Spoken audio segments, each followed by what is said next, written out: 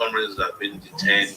I think they're six, including an old woman, by the office of the National Security Advisor. We heard that, but we know their detention location, and they are likely to be arraigned on Monday. So we urge every one of you out there to please make yourself available in Abuja on Monday. This will be part of this, and whichever way you can support the legal processes to get people out, it's very important. But ultimately, if the government doesn't listen, and we know they won't listen, we might need to dedicate a day or a whole week to ensuring that we get our boots on the ground, even if it's temporary, to force the government to release everybody. Ensure that the police officers or agents who are involved in killings are prosecuted and dealt with, and people who are killed are adequately compensated, remembered, and taken care of. But the documentation is going on as we speak with Amnesty International. We hope to come out with, they're credible international organization. So I'm just giving you guys some information.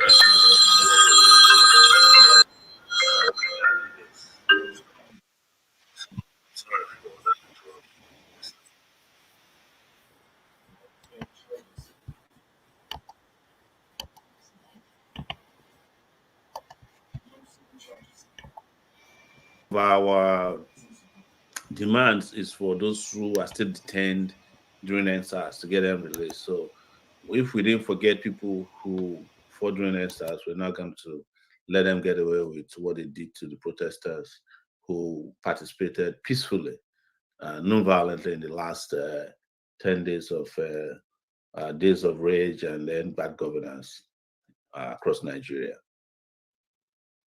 All right, thank you very much. Thank you. I think sorry, just hold on, Arki, can you hold on, please? Right. So I think let's hear from the co-host. I think they may have questions of their own too, or certain comments from people using the hashtag. So please go ahead, comrade, ask the question, and then we'll go to Ifeimika, and then we'll come back to the audience. Okay, yeah, thank you, Dorothy. First of all, I still want to use this opportunity to thank Comrade Omoyele Sowore. Yeah, I came in when you were thanking everybody for the success of this protest. Yeah, but I still have to thank you as well, because I saw all you did. Yeah, you were doing a lot of mobilization, and I mean, considering the time we are in, putting yourself out there, I mean, it means a lot. And yeah, thank you. So, having said that, I think you were just answering questions relating the legal proceedings and support for those people, right? So in that regard, I just want to put out a question out there, okay? Because you saw what the Bola Ahmed Tinubu administration is doing with respect to Rebadu and the NIS, where they are saying, okay, they are putting the sponsors of the protest on watch list. So by doing that, okay, they made a claim that they are monitoring money flying around with respect to this protest. In fact, they put out a news headline. Was it 2 days ago that they're frozen cryptocurrency worth $37 million, right? So, in the course of this protest, yeah, we had situation room, and the purpose of that situation room is to provide, assistance to people on the field. Right, people having medical problem that needs to be solved urgently. Even the case of these legal cases as well. Yeah. So, and we have all these people, especially Nigerians in diaspora, that are willing, to financially support in most of these instances. I'm okay. Yeah. So let me just read that, please. Okay. Yeah. So now by putting, I think those shenanigans by this government is targeted at making people jittery, because they are frame sponsoring of protest to be one big illegal thing. So, for benefit of doubt, what is your opinion about sponsoring of protests, right? Is it legal or illegal? I just want this to be clear. Yeah, so, that is, okay, go ahead. You directly. There's nothing illegal about sponsoring a protest.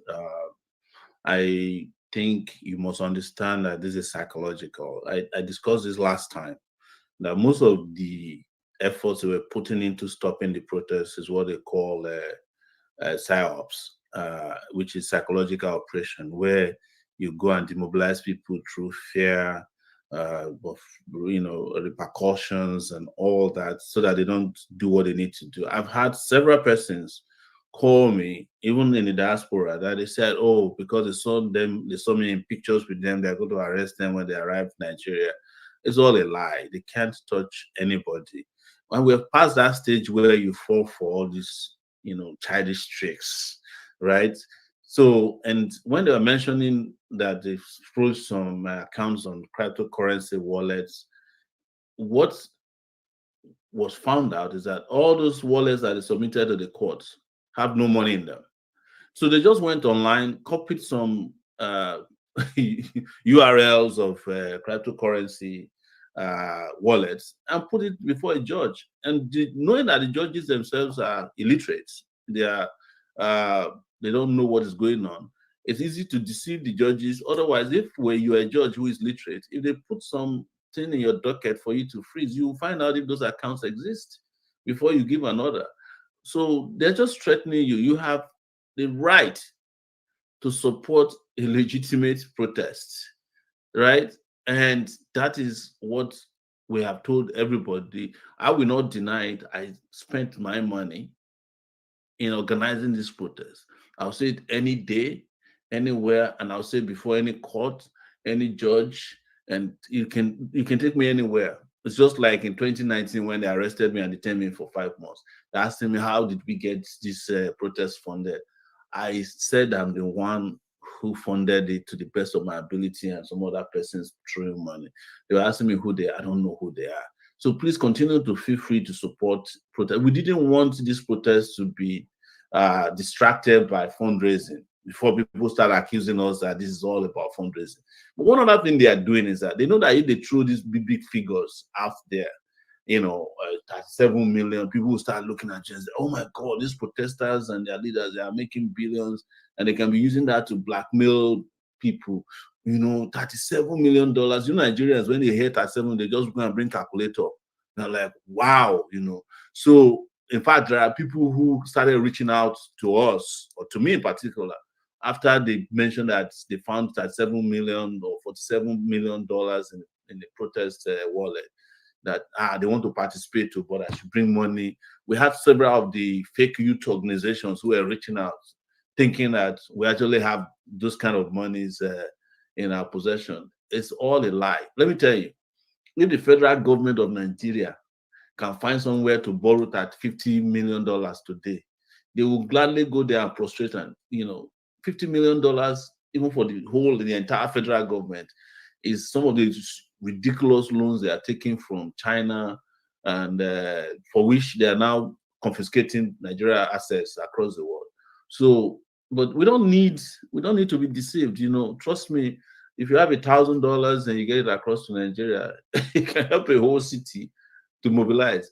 Protests like this, I think it was Adatu that said it, doesn't even need much money. The mobilization has been done, sponsored by hunger and poverty, unemployment, insecurity, and corruption. Those are the main funders of this. So you don't need much, And one thing I wanted to tell you, and this is important for all of us who are listening, is that you will notice that this protest did not rely on any big names. This is the protest for the first time in recent times that didn't have any celebrities endorsing it, and it was successful.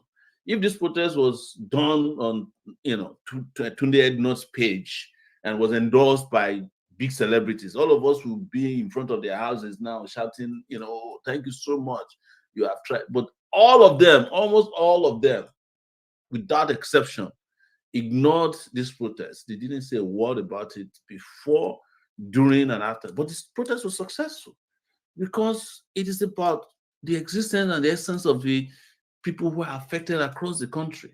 So I'm not saying that we have a problem with celebrities, but I'm just saying that protests of this nature don't need the kind of big money they are calling around. And the reason is difficult it was difficult for them to stop the protest the second or third day or fourth day. On the 10th day, they didn't have any known names they can call and threaten or bribe. You understand? Nobody to call. The only thing they could do was to just be shooting at people detaining people and tear gassing people. They couldn't call anybody. There's no big name. There's none of their friends or acquaintances or some of their relatives who are known who they can call. Not even the lawyers that were associated with us who had their own personal opinions could dissuade us. We just told them, look, it's your personal opinion. It's fine, but we're going ahead and we'll do what we'll do regardless. So please don't worry, because I've heard so many people jittery that they said, oh, if they go to Nigeria, they will arrest. They can't touch you. It's your country. I am going to go to Nigeria when I'm ready. Nobody can stop me. You can arrest me, no doubt about it, but I'm not going to let that prevent me from asserting my citizenship and my fundamental rights to say I object in totality to bad governance. I don't have any apologies about that. And I hope all of us are listening, and those of us who are deeply involved in this have the same mentality. There's nothing to be apologetic about. There's nothing to be sorry for saying you want a better country, wherever you might have found yourself. Because we are the only people practically on the continent of Africa who are making a career out of being visitors. That is the meaning of being in the diaspora. All right, thank you very much. The average Nigerian, do you have any question you want to chip in? Yeah. Yes, actually I do. I'll make it quick, and then I'll throw in 2 questions from the timeline as well. Thank you for that, Comrade Sowore. So my question is this: earlier in this conversation, you already talked about the gimmicks of the government to try to stop the protest, and it ranged from silly to brutal, and because of the brutality that came along with it, the unfortunate loss of lives and some people being detained, one of the gimmicks that they're coming up with is to guilt trip people, to say that when you choose to go the route of protest, that somehow you as a citizen, you're endorsing or accepting loss of lives as an acceptable collateral damage that would happen if we protest. How, I just want you to speak to that, to address it, because it makes a lot of people feel guilty that, oh, if I support protest, I am willingly saying that I'm okay with losing a few people, because we know that the government is going to clamp down on protesters, or are going to be brutal towards protesters. So that's my question. And then I'm going to take 2 from the timeline.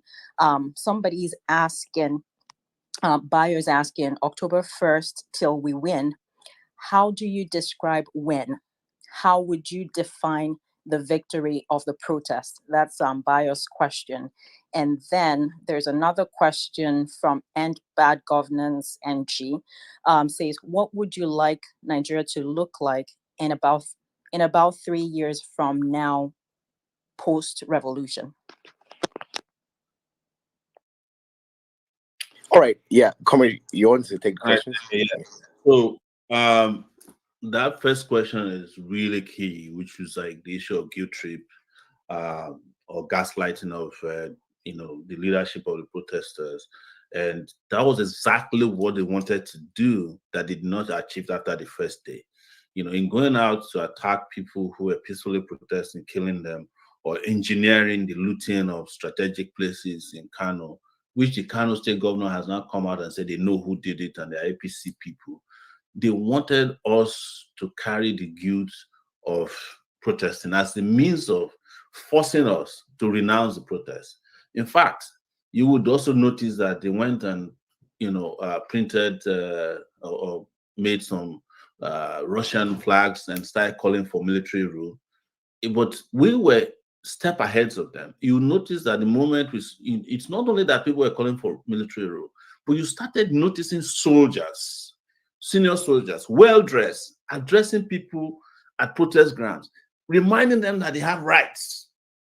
It happened in Benin. I saw it also somewhere in Zaria, and making it sound like the military is a better option. And we quickly said, look, we are opposed to military rule, and we would never support military rule. We condemned the use of Russian flag and calling for military takeover. Immediately we did that, you discover that those things faded, because it was them who were putting all these strategies in place so as to blackball us, blackmail us, or as you rightly said, guilt trip us or gaslight us into saying, no, this is not what we wanted. In fact, I had to go back after condemning the call for cool and Russian flags to say very clearly, there is nothing wrong, because they already formed the narrative that anybody who was seen with a flag was trying to get involved in regime change, and it was treason to carry a Russian flag. We had to explain to everybody, including in the media, that there's nothing like treason in carrying a Russian flag, because you go to churches all over Lagos Ibadan highway, all of them have like, you know, Israeli flags. There are people who wear bandanas or Palestinian flags. They themselves, these Nigerian so-called leaders, most of them are multiple, they have multiple passports and passports of other countries in their houses. So what are you talking about? So we had to make that clarification. But we were able to solve this problem because we're strategic in terms of communication, and also we were ahead of them. We knew this would happen, that somehow fifth columnists will try to infiltrate. And that was why the protest eventually succeeded. You remember that after the first day, there was a lot of pressure on all of us, and I'm sure some of you must have faced this pressure when they started saying, "Oh, you allow people to be killed. You sent children of other people to be killed."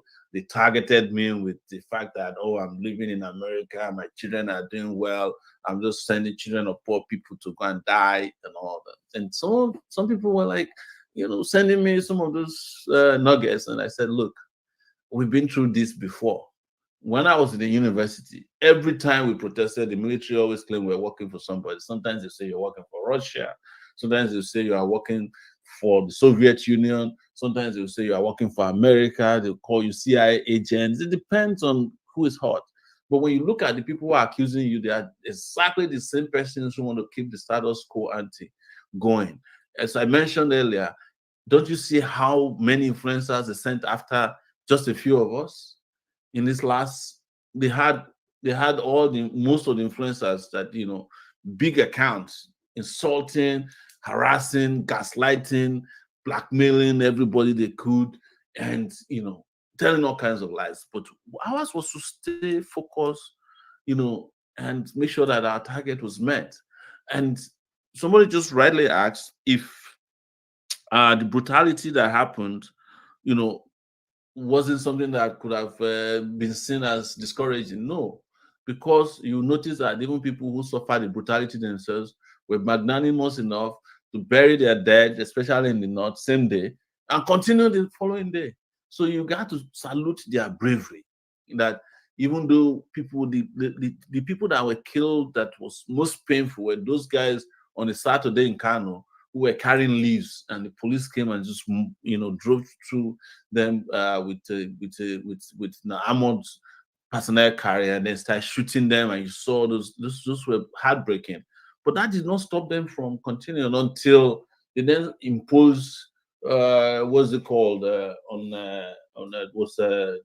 was it called? They imposed dusk to dawn curfew in those places. You know, they imposed dusk to dawn curfew in Plateau. So everywhere in the world where people fight for freedom, people suffer. People suffer.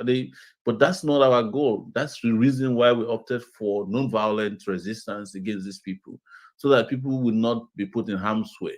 But those who put them in harm's way are the people we must keep addressing. And just on a side, it's important that we continue to maintain our narrative, especially on social media, about where to place the atrocities. You know, because if we don't do that, they're going to turn it around and say, "Well, we're responsible for it." If you go to Uganda, within the period that Bobby Wine was the presidential candidate, they were killing people on a daily basis, but they never stopped the main people. We don't want those kind of casualties at all, but we must stay focused to ensure that these people are defeated. And somebody was asking, what would I define as victory? Oh, it's happening now. Even the awakening, the awareness has been created by this. The fact that an ordinary person understands that they can challenge government, you know, that meekness does not lead to their untimely death, is a major victory. But there are also a number of goals and objectives that were set out to be met, and some of them they are discussing. For instance, I can tell you privately, I mean, publicly here that the meeting that Tinubu had with those council of patriots or elders to discuss how to create a new constitution didn't happen by accident. They said they've been trying to meet him since he came to power. But the moment this protest broke out and they saw that it's one of their demands, number one, they called them and publicized it just to make people feel like, oh, it's one of the issues they're trying to resolve. So, and generally, it was because of this protest that the labor movement got even their 70,000 naira, the miserable 70,000 naira they were doing Bosa for. It was when we announced it that government called them. It was because of this protest that suddenly they are releasing money for student loans that they claim they are giving. Now, it is because of this protest that they have been doing some, cosmetic investments. So, but that is not what we are here for. We are here for fundamental change, and that's what we are going to go for. But I'm just telling you all this, that things are moving, and they are moving more in our direction than it is in their direction. They are moving for us as it is against them, and this is what we need to understand. So you must also understand, and I'll let the next person ask a question after that. That you have to thank yourselves. You have to be proud of those of you who participated. You have to be proud that you are people who have made history in Nigeria. It is not all the time that you get a protest of this size, of this impact, of this level, of this bandwidth going in a country that is naturally complacent, and a country that you are fighting against a war chest of over $50 million that was sent to, they were sent to judges, religious leaders, traditional rulers, influencers, journalists, everywhere, everybody they could bribe. They tried to. If they could bribe God to stop this protest, they would have done it. But everything they did failed spectacularly. And we must appreciate ourselves for standing firm, strong, and tall, and with our heads above water. Thank you. Okay, yeah. So thank you very much for that, and I also thanks for the clarification on because I know a lot of people have been jittery, when the government or the Nigerian government says or said he puts a couple of people on. He put a couple of people on the watch list, So I think that clarification is very necessary, and thank you for that clarification. So what we'll be doing I'm the number one person they have on that watch list, and I think I'm the only person. So don't worry about the rest. They don't even have any records of anybody. They're just bluffing. So, but if it is me, we'll meet at the airport one of these days soon. All right. I don't want to hear that they have a computer malfunction glitch that they didn't see my name there. Because we must settle it from there. All right. So welcome everybody. If you're just joining the space, because I know we had a sort of like a slow start, and that's personally my fault. I should have, kept the space running for about 10 to 15 minutes before now, so everyone will have gotten a lot. So I apologize for that. But that being said, if you're on the space with us, please do well to share the space. Do well to share the space, retweet the space, share the orders, let other people come in here. And don't forget, you can use the hashtag SoworeX to ask your questions. And we guarantee that, all questions will be answered as soon as possible. So please do that. Also, I would move to the next couple of speakers, and I'll come back and ask some other questions that I have.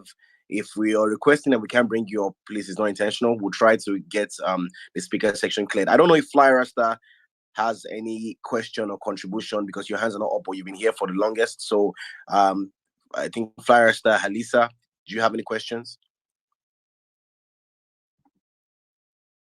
Okay, I take that as no from Fly Rasta. Yeah. Okay, so Halisa, go ahead, please. I was waiting to for the hands before I go. But okay. if it's time, then no. No, you were here before most of them, so just go ahead, ask your question, and then we'll move around. Okay, hello everybody. So Nigerians, it's nice to have a lot of people on this type of serious spaces where we talk about really important things for our liberation. And Comrade Sowore, it's so nice to talk to you, or to be able to speak to you directly or ask, one or two questions. I kind of have 3 to 4, but I'm going to keep it to 2. Yeah.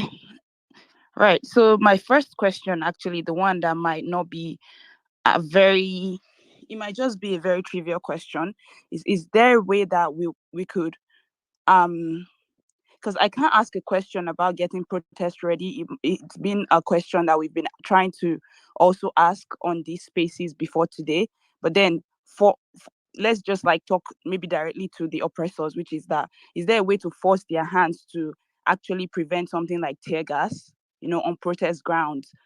So if there's a way we could do something like that, because let's say for Abuja now, the protest area was spacious, so yeah, people could escape it, or it wasn't really deadly. But I don't think we should normalize the use of tear gas on protesters, especially if we have a case where a lot of people would actually flood the streets, and there will be, there will be tear gas. Then it could cause stampede, and if it's stampede, then you're like, the government is not responsible for this. People just fell on each other, and it was like massive death. So I think that's something that, moving forward, if we want to build the culture of protest in Nigerians, then it should be something that we should really take seriously, like, avoiding really forcing the hands of law enforcement, I don't know, through laws or some kind of bill, I don't know.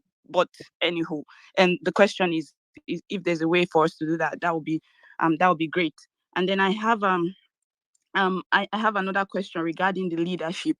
So we had this narrative, and this is really a war of narrative. I don't know why people are very fixated on some kind of fact or objectivity, but it's really a war of narrative. And I think that we should keep on winning that war, because like you said, we have TikTok, we have Twitter. Most of the people operating these handles are also maybe young people. So yes, so is there a way that we could actually, the first time we were talking about the leadership of the protest being decentralized, but then sometimes people were talking about the leadership of the protest being, hunger, corruption, all of this. And then I would like to ask a question of, maybe if there's a leadership, because now everybody's believing like there's leadership, but then there was a narrative that there wasn't leadership. So I don't know what narrative is best to push for this. If there's leadership, then it's like, is the leadership one that you should be not really held responsible when it comes to facing the law? It might be a case where, if you have to sit and make decisions about what to do next, what kind of leadership would that look like? What kind of organization? Because I was suggesting previously that all of the CSOs that were involved in this, their leaders would be like, kind of like the leaders. And if people can be encouraged to join them, then we have where we are going to. So what do you think about, like, actually directing that narrative that has to do with leadership of the protest? Yeah, so that's my other question. Let me stop there one. Sorry, this last one, during the protest, network was not working in Nigeria, like for 10 days. So yeah, can we talk about what to do with MTN? I don't know. Like, is there a way we could, not have that happen next time? So yes, thank you for everything. Yes, can I take the question, Yeah, please? yes, you can. Okay. Well, I want to start with mobile phone connectivity. And this is part of the reason why I said, we should not forget that this protest succeeded before it even started. You guys remember that before the protest, MTN embarked on this massive disconnections, or people they claim are not connected to is it BVN or NIN. And we had just a tweet to them saying, if you don't reverse this, we are going to you're going to face protests, and that the protests might even start earlier in your offices. And as a matter of fact, in Festac, and I think in Ibadan or somewhere in Osun State, there were protests in front of their offices. And by 4 p.m. the next day, they had restored connection. But I'm aware that they even had bigger plans for how to deal with this. And I think going forward, we should be discussing at some technical levels, because all this conversation cannot happen here, that to find ways that we can bypass these major networks. I think we are going to get to a point where they will use them against us. But part of how we also can force their hand is to start campaigning against them now on social media in particular, offline and online, to make it sure that, because we are customers, we pay for this thing. We don't have a right to deny us of our rights to, and to say, look, to also have alternative methods in place to keep ourselves online if they disappoint. I think this is something we can discuss because we still have more time. The first question you asked is if there's a way to force their hands not to tear gas. I have a solution. A lot of people would have said, well, why don't you buy like a gas mask, which I think is a good idea. If you are in the diaspora and you can find a way to get gas masks into Nigeria for protesters, it's not a bad idea at all. They use them in Kenya. And what it does for you is that you can clear the tear gas and throw it either into this thing or throw it back to sender. The gas mask gives you that because I have inhaled tear gas in recent, I think 2 years ago. And I don't know, they feel like they're not just tear gas. These guys could kill you because I couldn't breathe properly for about 10 minutes after I was tear gas at the toll gate, I think in 2022, when we went for the remembrance of NSAS. But the solution generally is to have more people on the streets.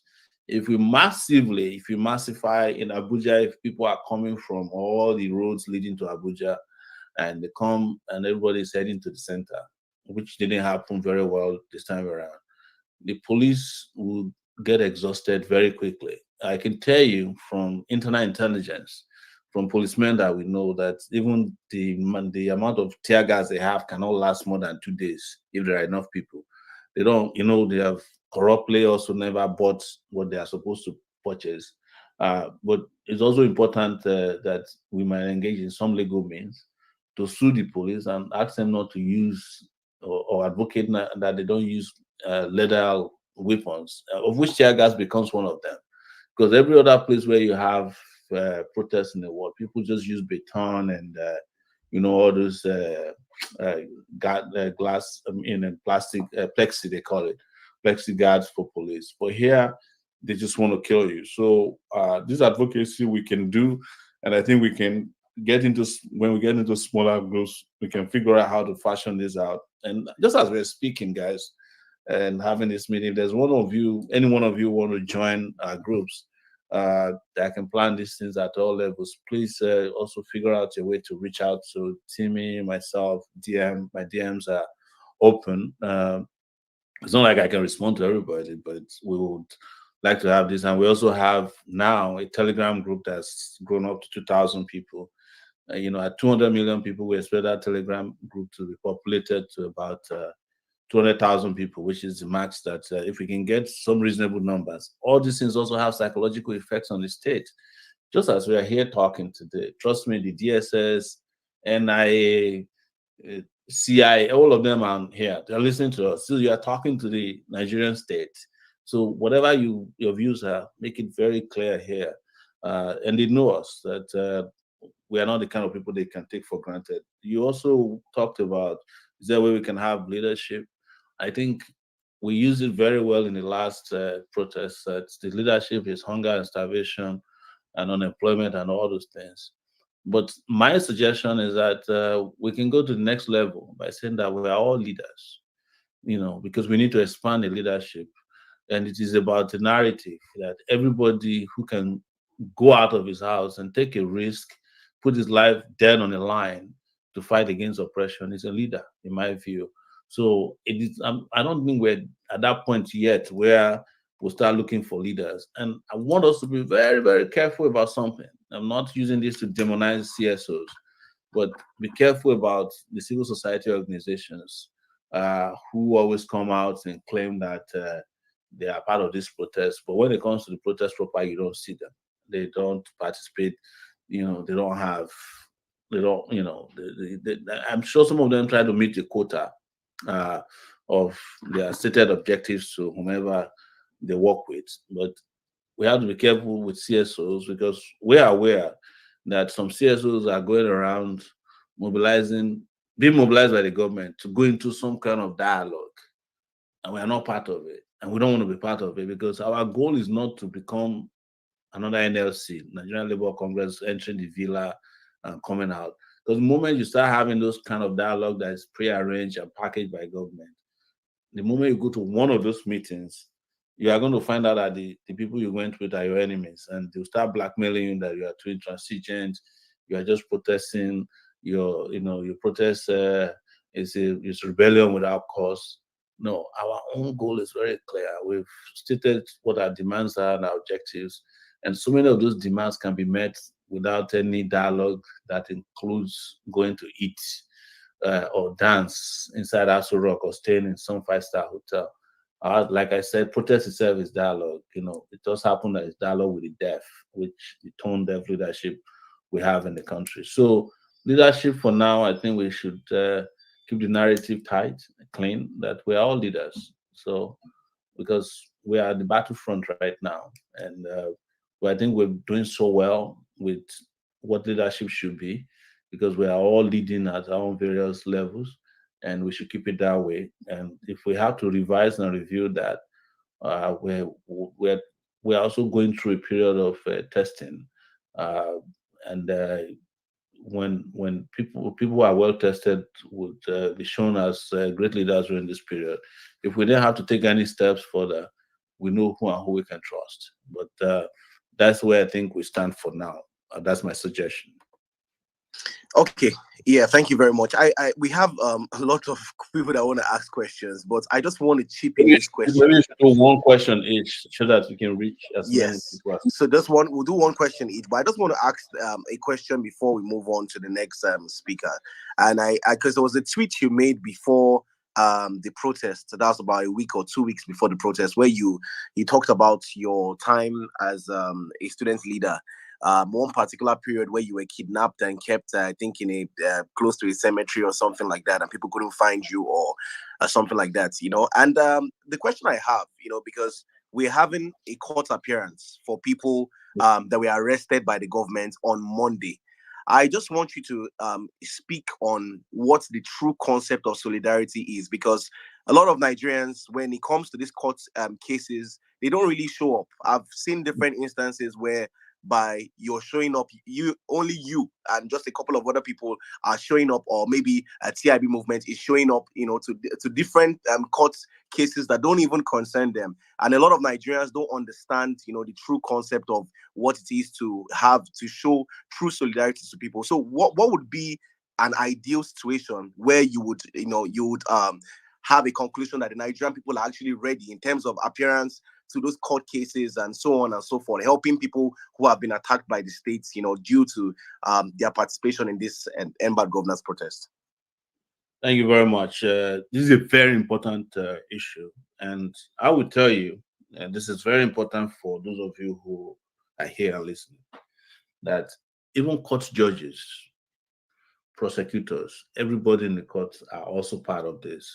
So they are watching you, they're psychological, they're psyching you up, they're trying to measure how much support they have. And, public protests or attendance of a court, if a court gallery that is trying somebody is filled up, it has a psychological impact on the judge, because when he walks in and he sees that people are standing and can't find seats, he's trying to ask the registrar, which case is this one? And I know that because I go in and out of court. There was a time they brought all these Oduduwa people from Ibuho's house to court, and the DSS were standing out on the court. I went in there with a camera and a few people, and we started harassing them. They let us in eventually. That was the day the court judge granted them bail, because he saw me walk into the courtroom. I walked directly to the lawyer. I said something to him, and before he knew it, they were granted bail that same day. It's the first day also that they allowed them to go and use bathroom while the court session was going. Otherwise, they never let them go anywhere. So we've been into several court cases with Jalingo, and the moment the judge saw who we were, in fact, in those days we wear Buhari must go t-shirt into the courtroom. The cases just kind of like peter out when they know that there's public interest. So, and this is what we should do this time around. Solidarity is key. If you're in Kano, if you are in Kaduna, any day that you hear that there's going to be a court appearance for these victims, new set of victims for the state or state repression, the numbers are very important. Where we can't have the numbers going to the courtroom, having social media sessions or tweets about them and trending the topics also have impact. I can't say this enough. The world has moved into the new parliament of the world. It's social media right now for Nigeria. So anything that's happening online now can also happen offline. So, and vice versa. So it's very, very important that we actually take time to flood the courtrooms for these people, and they have impact and effect on the judges handling these cases, because the judges are human beings like you, and public protests do affect public policy. The courts is essentially a judge who is deciding on how the public feels about any issue at any point in time. And when that pressure is on, they see it and they're careful. And I've been a beneficiary of these types of solidarities in the past, and that's why you see when they have high target or high value uh, victims or accused persons, they tend to want to close down these courts. They don't, they even will tell you that they don't want the witnesses to be seen. They try to play all kinds of games. But in this case, please, let's mobilize online and offline for any of our colleagues and have an attitude that nobody will be left behind. Because also, it is also very pleasing to people who find themselves in the conditions of solitary confinement, torture, and punishment, who can't reach the outside world. To find out that people care about them can be a huge relief for them. Because that's what the state wants you to feel, that nobody, because if you're arrested by DSS, will take your phone, police will take your phone, and to tell you uh, the news. But when you find out that people care about you, it's just a morale booster of unimaginable proportion. All right, thank you very much. So I hope that our people, most especially those in Abuja, I hope that we see, a lot of people, go out there on Monday in solidarity with the people who are going to be appearing before the courts. And just as Commissioner Warrior said, also, if you cannot be there physically, make sure that you are holding down the conversation online. That also helps. So let's just go back to our speakers here. We'll take one question from you each. And then we would also like to hear from Ifemika if she can read out a couple of questions from the hashtag. So let's go to, we'll take the hands that are up.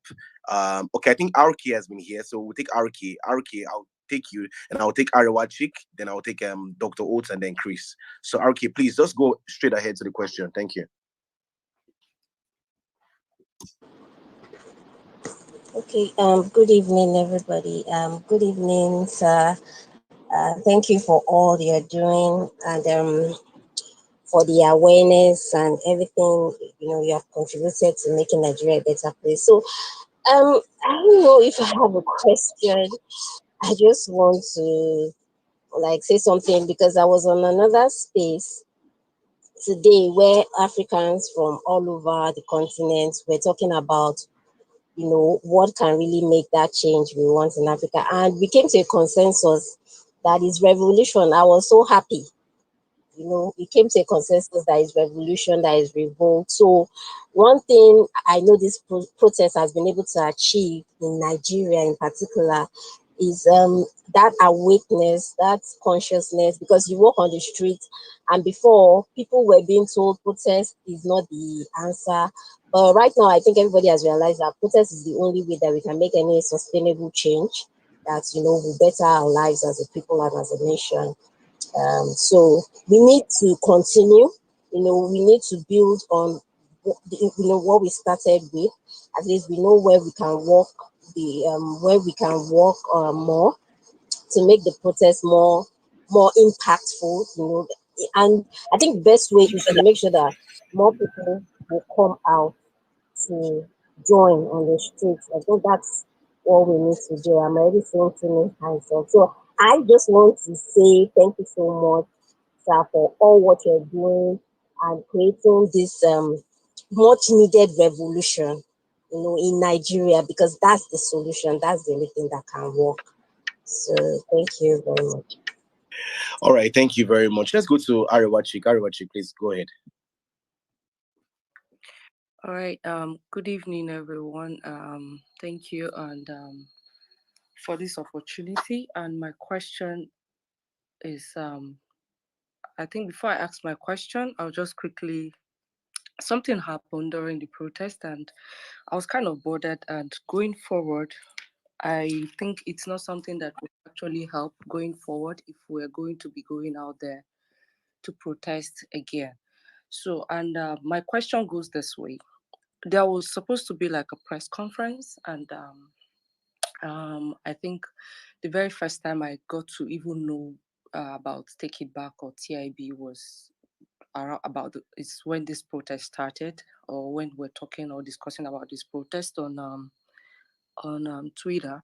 So, and then as God will have it, I was opportune to actually meet some guys who were actually TIB guys, and that was because on at the protest ground, I was I was one of those who was also tear gas, and that was my first time. In fact, I slumped, and luckily I got help. I couldn't breathe for like 10, 15 minutes. And then I also was the person, the very day I met the TIB guys was the day I sprained my toe when we were tear gas unprovoked again. And we landed at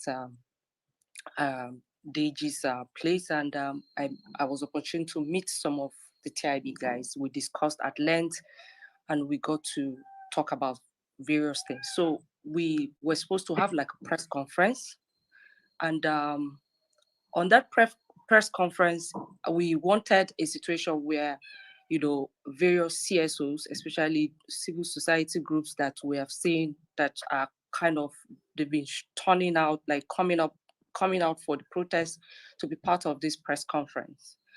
And I used the opportunity to actually reach out to the TIB people that I think I met there, and to offer them an opportunity to be part of the conference. But they obliged me that they were going to be at the press conference.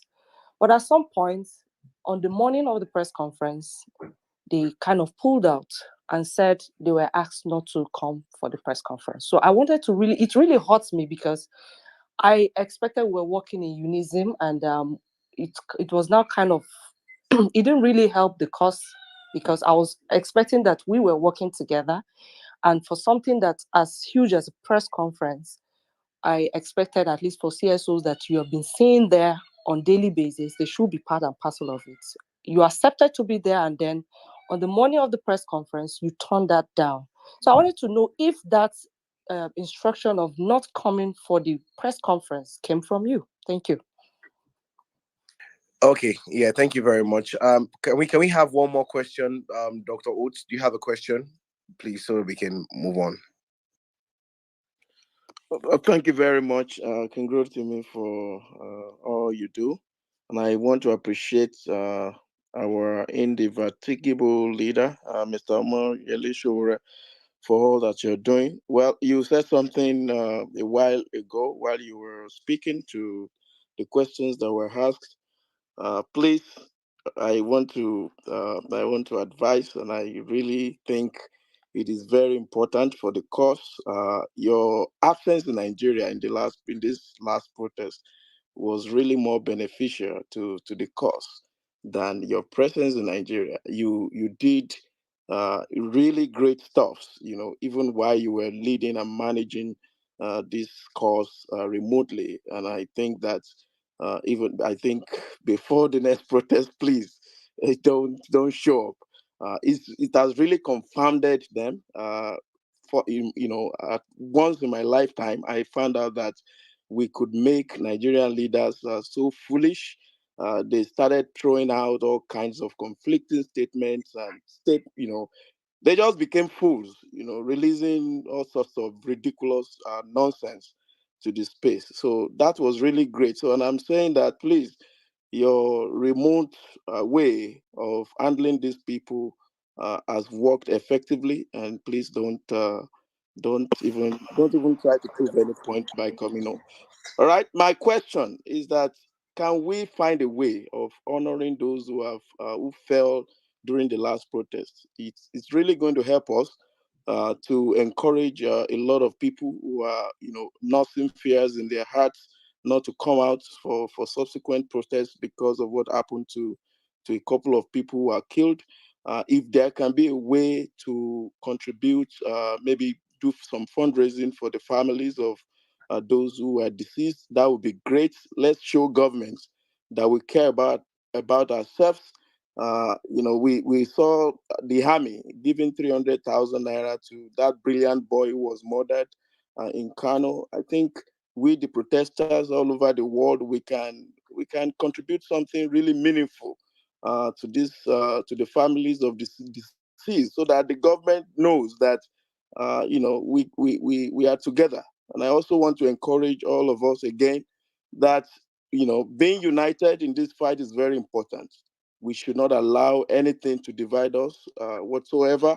It's working, and the Nigerian government, led by the clueless man there in Aso Rock, is really, really they are shaking to their marrow, because of what happened in August, and they are going. I believe the same thing is going to happen in October. Thank you very much. Yeah, thank you very much for that question, Dr. Oates. We appreciate you. Comment, Omoyele Sowore, do you want to respond? Thank you very much again. Thank you, RK. I had known for a long time that Africans will come to the inescapable conclusion that revolution is what will save Africa, and I'm glad that that is happening. We'll continue to motivate ourselves. I think Kenya was motivated by revolution now, days of rage, and then we got motivated by Kenya when they rose up. And something in Uganda recently as well. In Nigeria, as usual, took the lead in terms of numbers and impact. And we're glad that people are watching us. People are watching us from all over the world, and they are paying attention to what is happening. But we're not doing this for publicity. We're doing it so that we can restore our dignity as a people. And again, I can't thank you guys enough. Rewachik asked about the press conference. Well, you must understand that the TIB, as a partner in this protest planning, has its own internal organs. And as a matter of fact, TIB meets on a regular basis through Google Meet to discuss, analyze almost each day of the protest, or every other day we meet to discuss what's happening next. With regards to the press conference, what exactly we were trying to avoid happened. One was that the government was going to pick on people they saw at the press conference. So we decided not to go to the press conference based on the decision taken by the leadership of the central committee managing the protest at TIB. And we're not wrong. There was another press conference apart from the one you were talking about that took place. And those guys who were arrested from that press conference are still in detention as we speak. Our goal was not to make ourselves cheaply available for detention. And we always get intelligence about what's going to happen in advance. But I must also say, I'm glad that you're discussing this now, that the people of the press conference you are talking about did not reach out to us officially. And I'm not saying that we are bureaucracy, but if they had reached out to us, so many of them know us. Because I know the guy who read the press conference, Peter Ame, if that's the press conference you are referring to, he knows me. We chat regularly. They never invited us. You are the one who invited some of our guys, but in the decision-making process was that to avoid being cheaply arrested, we will not go to a press conference because we were in the middle of a battle. We didn't want the main leadership to be compromised in any way. So that you get that right. And in going forward, I think we are open to expanding these conversations as truthfully, as powerfully, and honestly as possible. And if you go back to, if the conference you're referring to is the one I saw, if you ask everyone what they'll tell you they know how to reach us. But why was it that they avoided or they ignored that process is what I still can explain to you today. And I don't blame you for that. So Dr. Oates, thank you. I take your advice, but it's not necessary. Anybody who wants to fight for Nigeria should be able to go in and out of Nigeria. That's why we're fighting for the soul of Nigeria. It should not be an argument that you are a citizen of the country and you believe in the liberation of these people. but you have to be perpetually on the run. We don't want a country, we don't want a future like that. That's why we're fighting so hard, so that anybody who has an opposing opinion or anyone who dissents don't have to permanently be in exile. That's not the way it should be. And that's why some of us will take the risk any day to ensure that the country is not turned into a banana republic.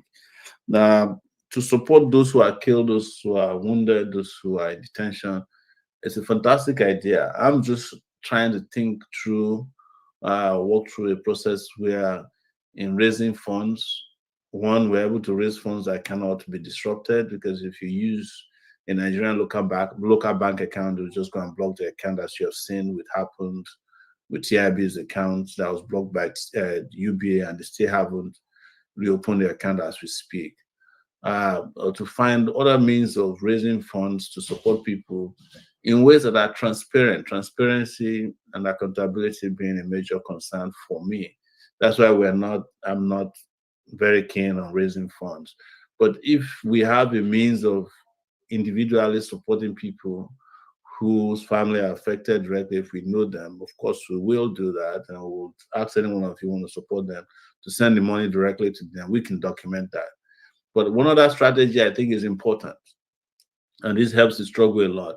If anybody is killed in the process of this struggle, that their burial also becomes a protest against the system. So just like we're planning to go to court, if anybody is killed and we know the person, we make sure that we carry their coffin and make it a procession around the city. And it is very, very difficult for governments, no matter how useless or stupid they are, to break burial processions. Not even apartheid South Africa could do that. And that we get some key, priests or imams who are radical enough to preside over those kind of events. I'm not saying we expect more deaths, but we should not rule it out. That we pay for, in some cases, autopsy immediately, and then we do burial as soon as the family agrees with us. And then over time, when we win this battle, we'll have a cemetery for the heroes. Then we can uproot and rebury people. It's not impossible. Or that but again, amnesty is compiling names, and when we get them, and if any family wants help, immediate help, we reach out to them. But also, let's think about helping those who have not died. There's that young boy in Maiduguri who stood in front of an armored tank. A lot of people eventually started helping him, but we have to figure out how such persons are also not taken advantage of by, the people who would say they are raising money and the money never gets to them, or they take their cut from them. So I think these are some of the technical details we do in smaller groups that we should be creating starting from now. Thank you. All right. Yeah, thank you. Comrade, you have a question? Yeah. Let me just chip in two questions quickly. So let me just continue from where Comrade Omoyele stopped. So you see the issue of justice for the deaths, right? I believe there's no justice without accountability. Okay, so in terms of accountability, I noticed something. Okay, when that young boy was killed in Zaria, okay, and there was a tweet Atiku Abubakar tweeted, okay, saying, okay, these officers that killed this guy, the military, right, you guys will be held accountable at the ICC sooner or later. Okay, then the next day, the army put out, for the first time throughout that protest, okay, they've killed people before then, they brutalized people, but for the first time, they put out a statement of ownership and accountability, right? That, okay, that it was a mistake, that they will see the guy's parents, and later they saw the guy's parents, and they gave the parents 300,000. So that highlights something for me, that these guys only want to kill in secrecy. They don't want publicity for their atrocities, okay? Yes. And they don't want accountability. So in that regards, I know that to the extent that they are part and parcel of the levers of powers in Nigeria, you cannot get accountability, you cannot get justice in Nigeria, but you can get it outside of Nigeria.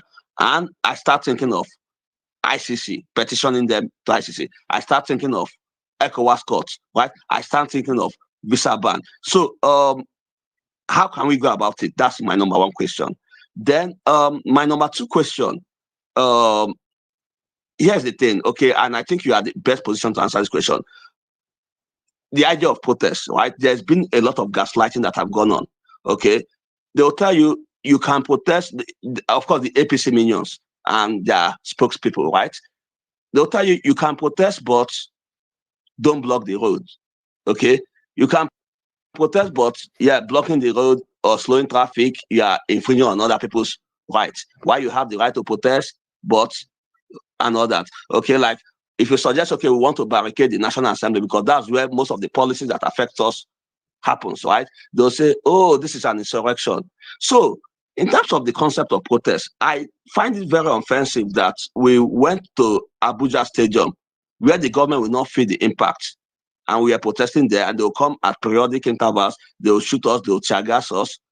Okay, I believe protest should be discomforting and inconveniencing to the government before they can bat an eye. So moving forward, is a protest supposed to be a confrontation or provocative or discomforting, or should it just be like thousands of people gathering like we did in the stadium without the government feeling any impact? Yeah, I'll leave my question for that. I'll still come in later on. Thank you. Yes, please, Commissioner, if you want to answer the questions, you can. Yeah.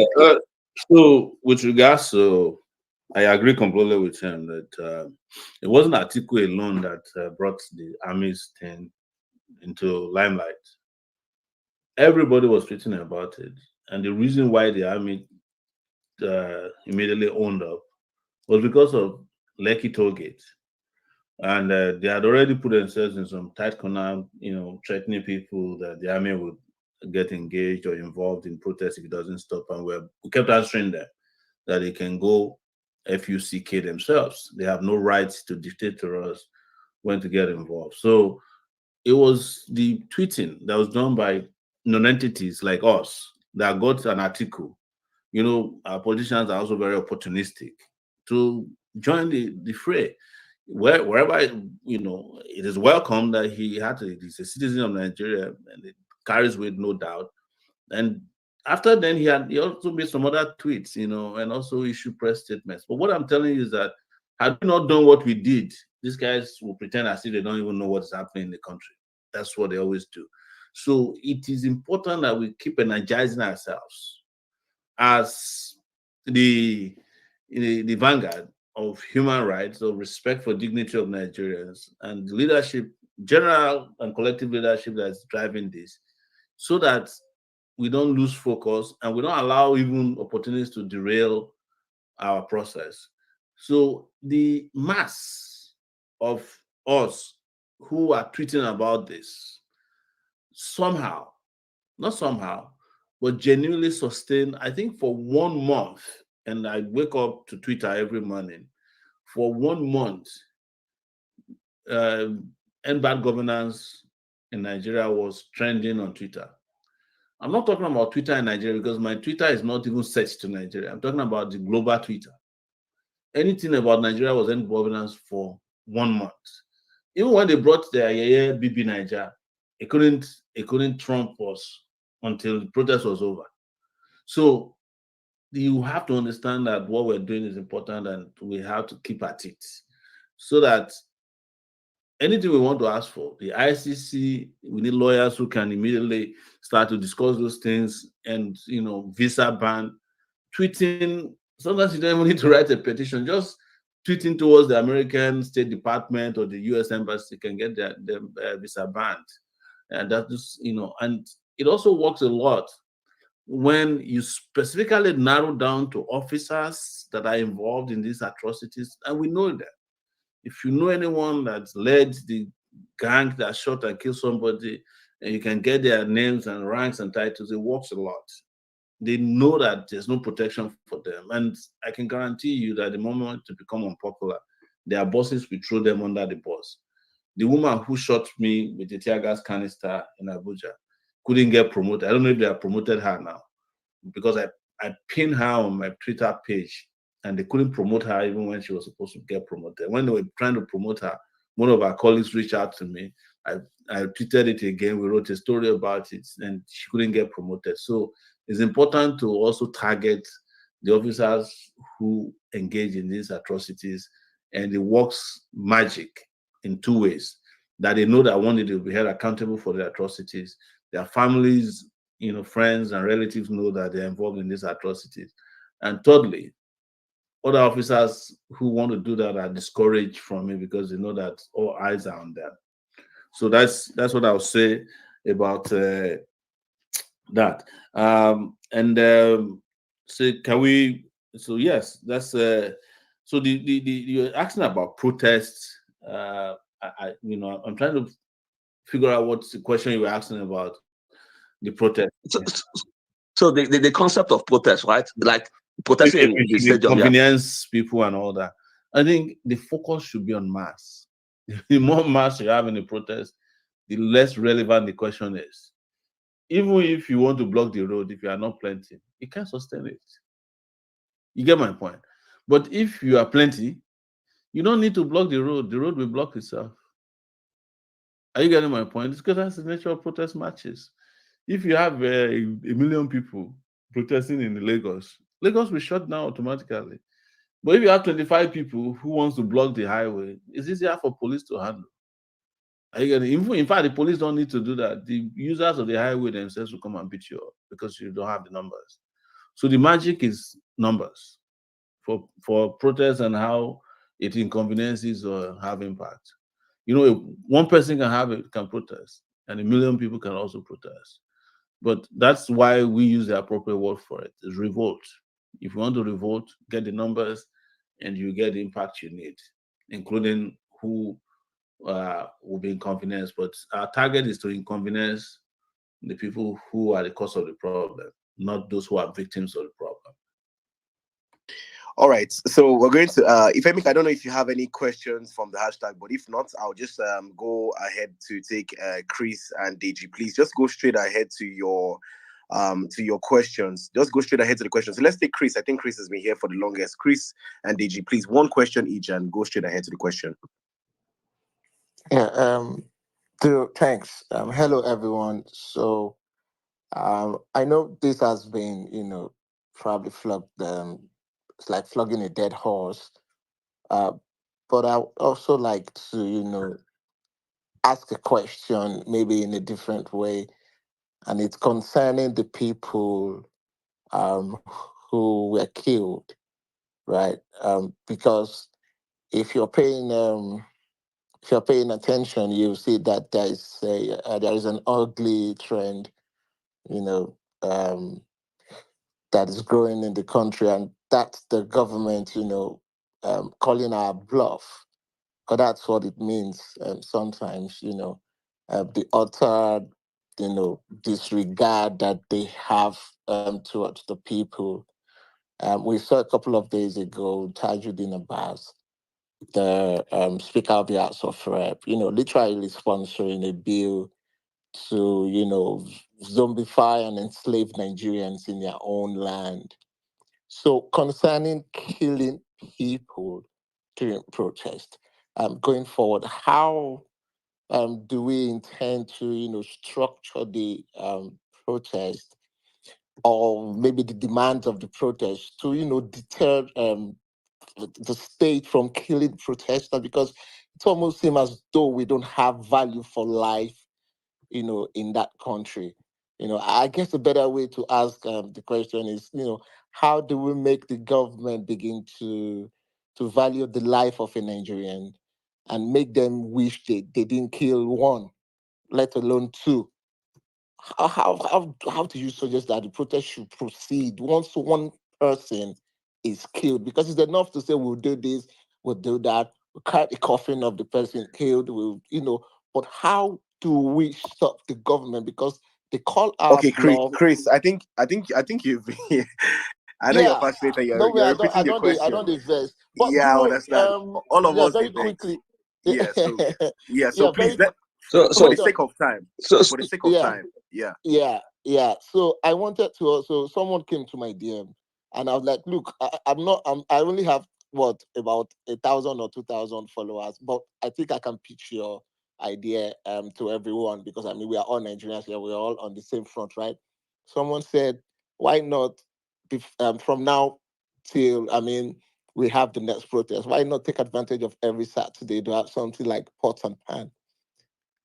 Just to, because like Sowore said, numbers is very, very vital. So Sowore, I say Sowore, Duro, I'm gonna reach out to you in your DM. I know you can reach out to other bigger handles who can promote it. All I'll right, send you Chris. the flyer the person sent me. All right, thanks for the mic. Yeah, thank you very much. Let's hear from DG. DG, please go ahead. Please try and go straight ahead to your question. Thank you. Yeah, thank you, Drosimi. Good evening, everyone. Good evening, Mr. Sowore. So my question is why? Why is it that you have a lot of influencers, CSOs, um, you know, adults like grown-ups coming on TV talking in favor of the protest, like why Nigerians should protest and the fact that things are so bad. But on the day we don't find them, they are out, they are in their own house or in their office chilling. Why is it that they don't come out? What do you think? All right. Thank you, Commissioner. Please go ahead. I think it's the nature of Nigerians to talk the talk and not walk the walk. And there's a lot of talking heads out there who love the idea of listening to themselves on TV. They love to watch themselves on TV and say, "Oh, I was on TV today to talk about the protest." But like you said, when time comes for them to participate or partake in this protest, they go missing in action. That's not new. That is why this protest was planned the way it was planned.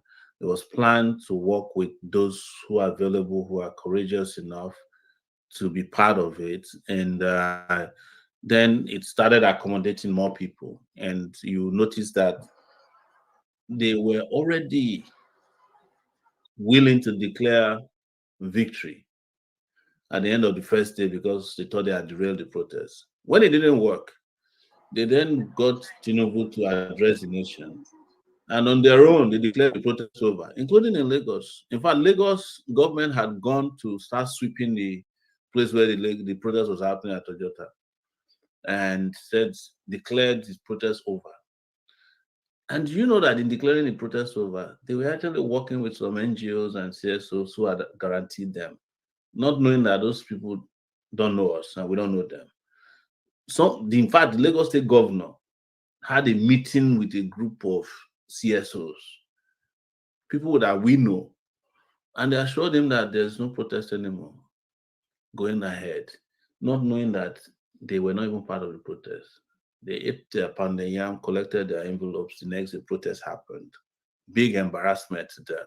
So I don't want to pay attention to those who are speaking and are not acting.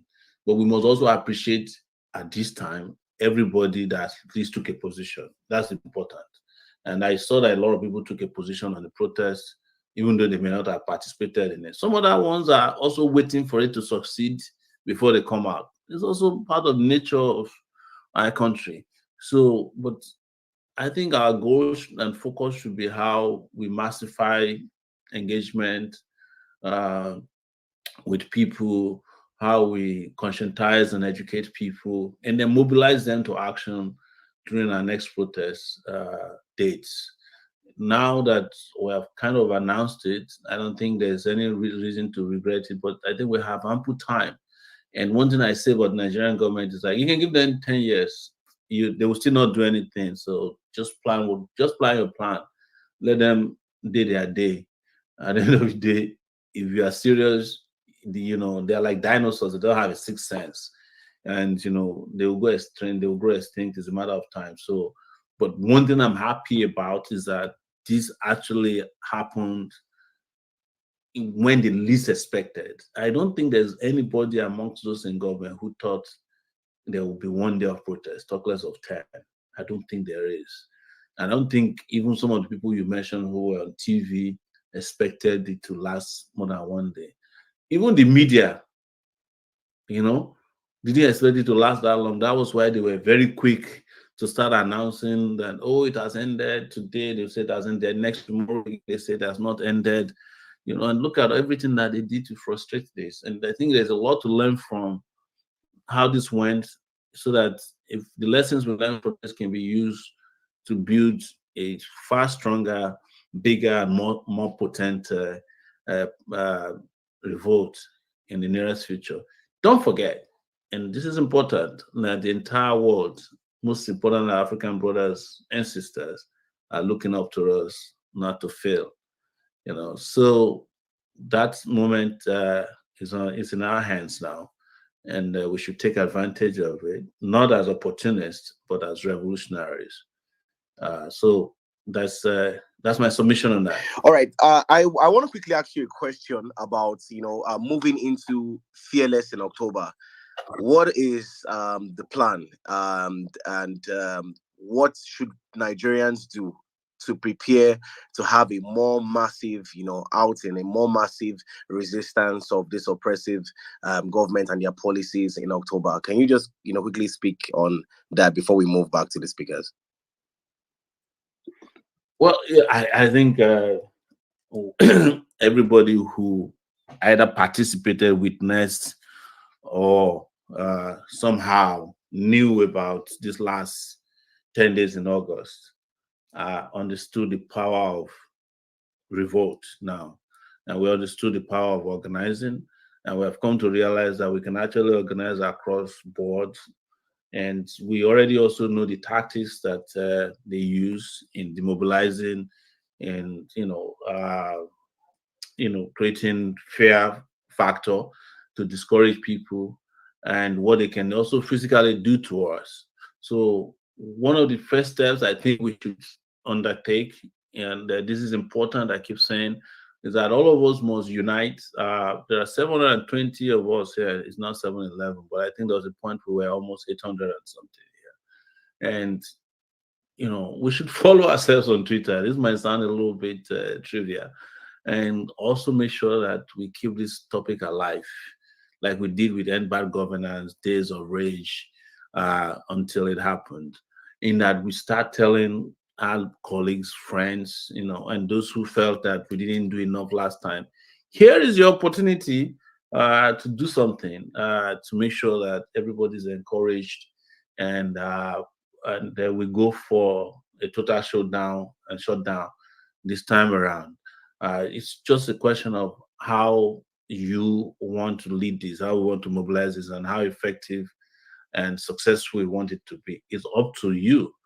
Because sometimes we even look at this and say, maybe there are other, where there's always this feeling that, there are other planners, there are other organizers. The truth is that we are the organizers, we are the planners, we are the executors of this.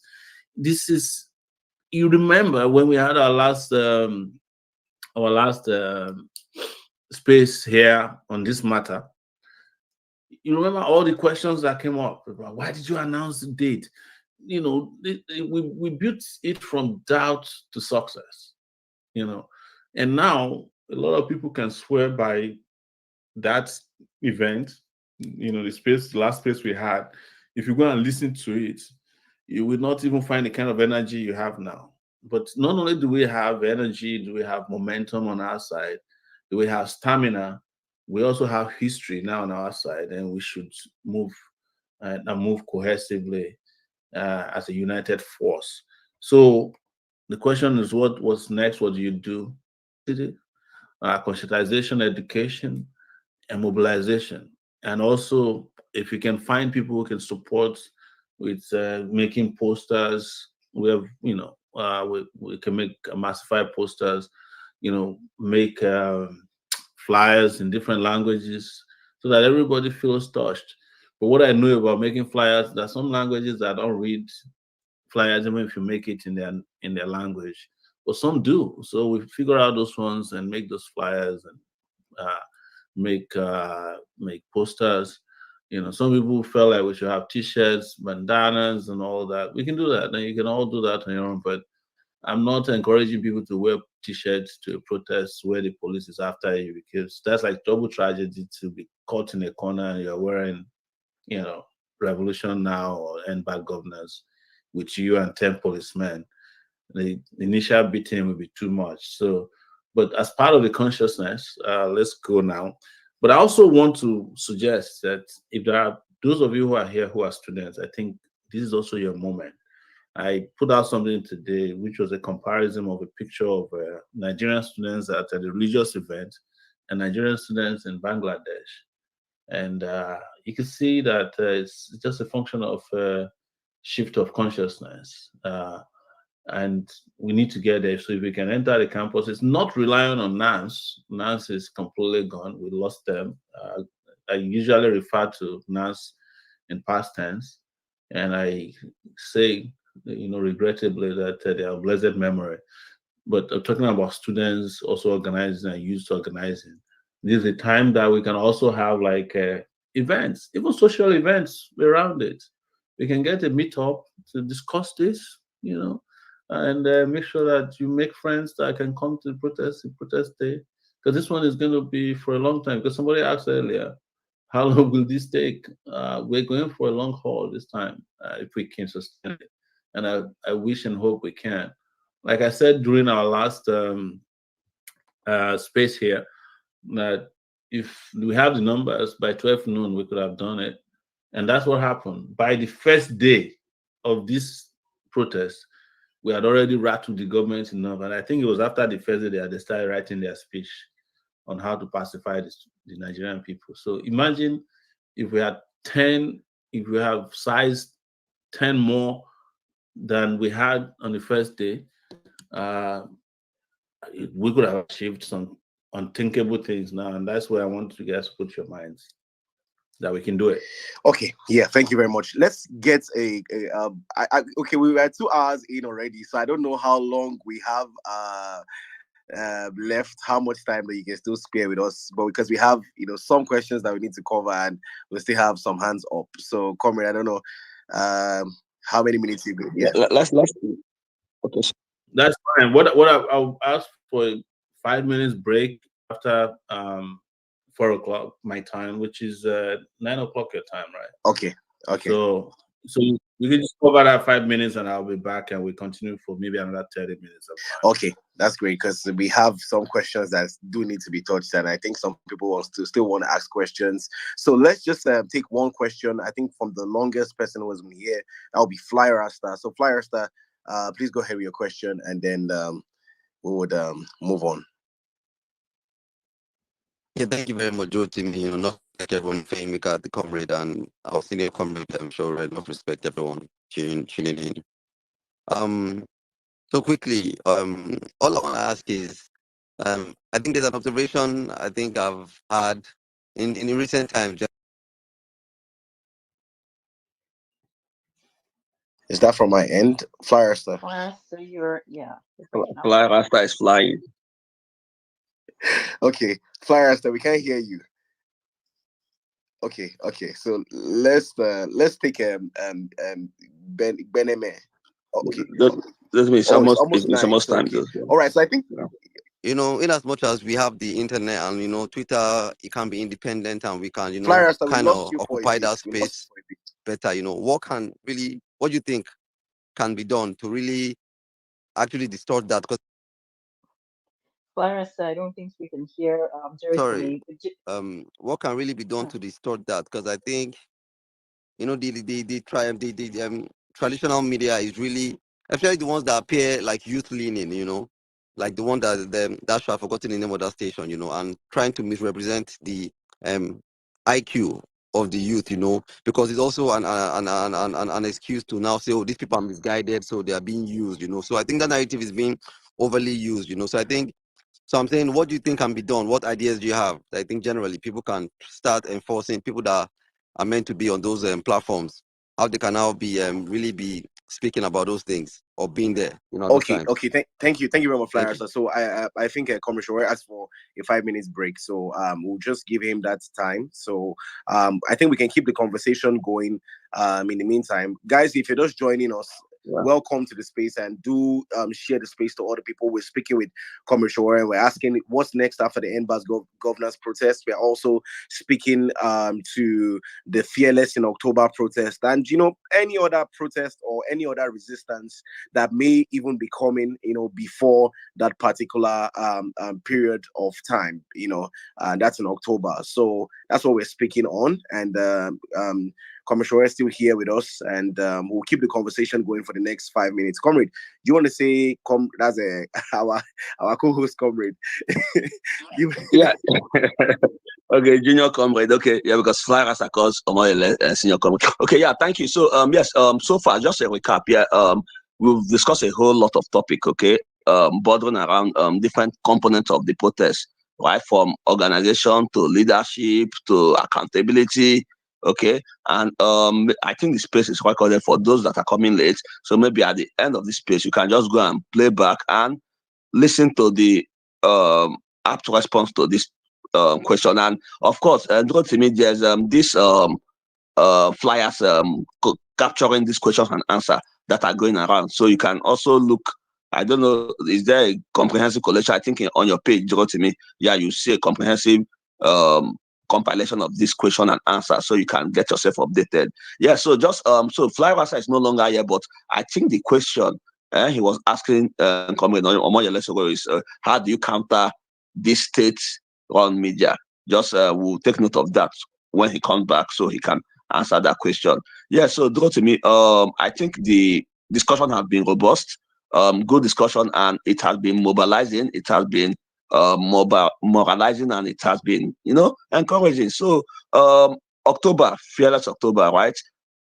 October is like almost a month away, and yes, we are applying the same strategy we applied for the End Bank Governance August protest. Yes, whereby we announced the date on time, gave the government ample of time to do their run around, and the highest financier, the highest funders of that protest, the highest advertisers of that protest, it is the government themselves. Okay, because within that period, yes, they were doing anti-protest, they were bribing clerics, they were bribing traditional rulers, they were sponsoring Sega Link to host Not in My State. They were bribing, Asari Dokubo is coming out to threaten people. And every bad publicity is good publicity, right? So at the end of the day, the protests traveled to every corners and every street of Nigeria. And yes, we are back again, right? Fearless October. And to this extent that the last protest was a big success, believe me, in a matter of time, you see the government going around trying to bribe people they will bribe. They will do everything they have to do, but they will not attend to these demands. You get? But guys, the good news is that there's always a breaking point. There's always a threshold for this government, right? Because when they get to that threshold, like Omoyele Sowore have said, the numbers is the key. Okay, whether you are talking about inconveniencing government, the number is the key. Whether you are talking about preventing protesters from getting killed, numbers are the keys. Okay, so and that's why we are encouraging everybody. If we want to get the impact, the results we so desired in this protest, yes, I think everybody should mobilize. Talk to 10 people to talk to 10 people to come out and join us in our demand for good governance to end bad governance. Yeah. So to me, back to you. I'll leave my monologue here. Yeah, thank you. That was a very important point. I think it's very important for us to just come out in our numbers. One thing that I appreciate is almost as if Sowore listens to most of the conversations that we have here, because it's what we have said before. Even when people were asking questions about the protest, so on and so forth, which we've said it, numbers. The solution to everything is numbers.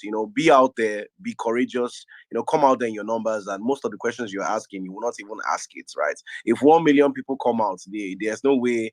In fact, the whole of Ojota, from Ojota to Ikeja to every other place, will be blocked. So that's basically it. So, and again, one very important thing that he has said is, for those that have a lot of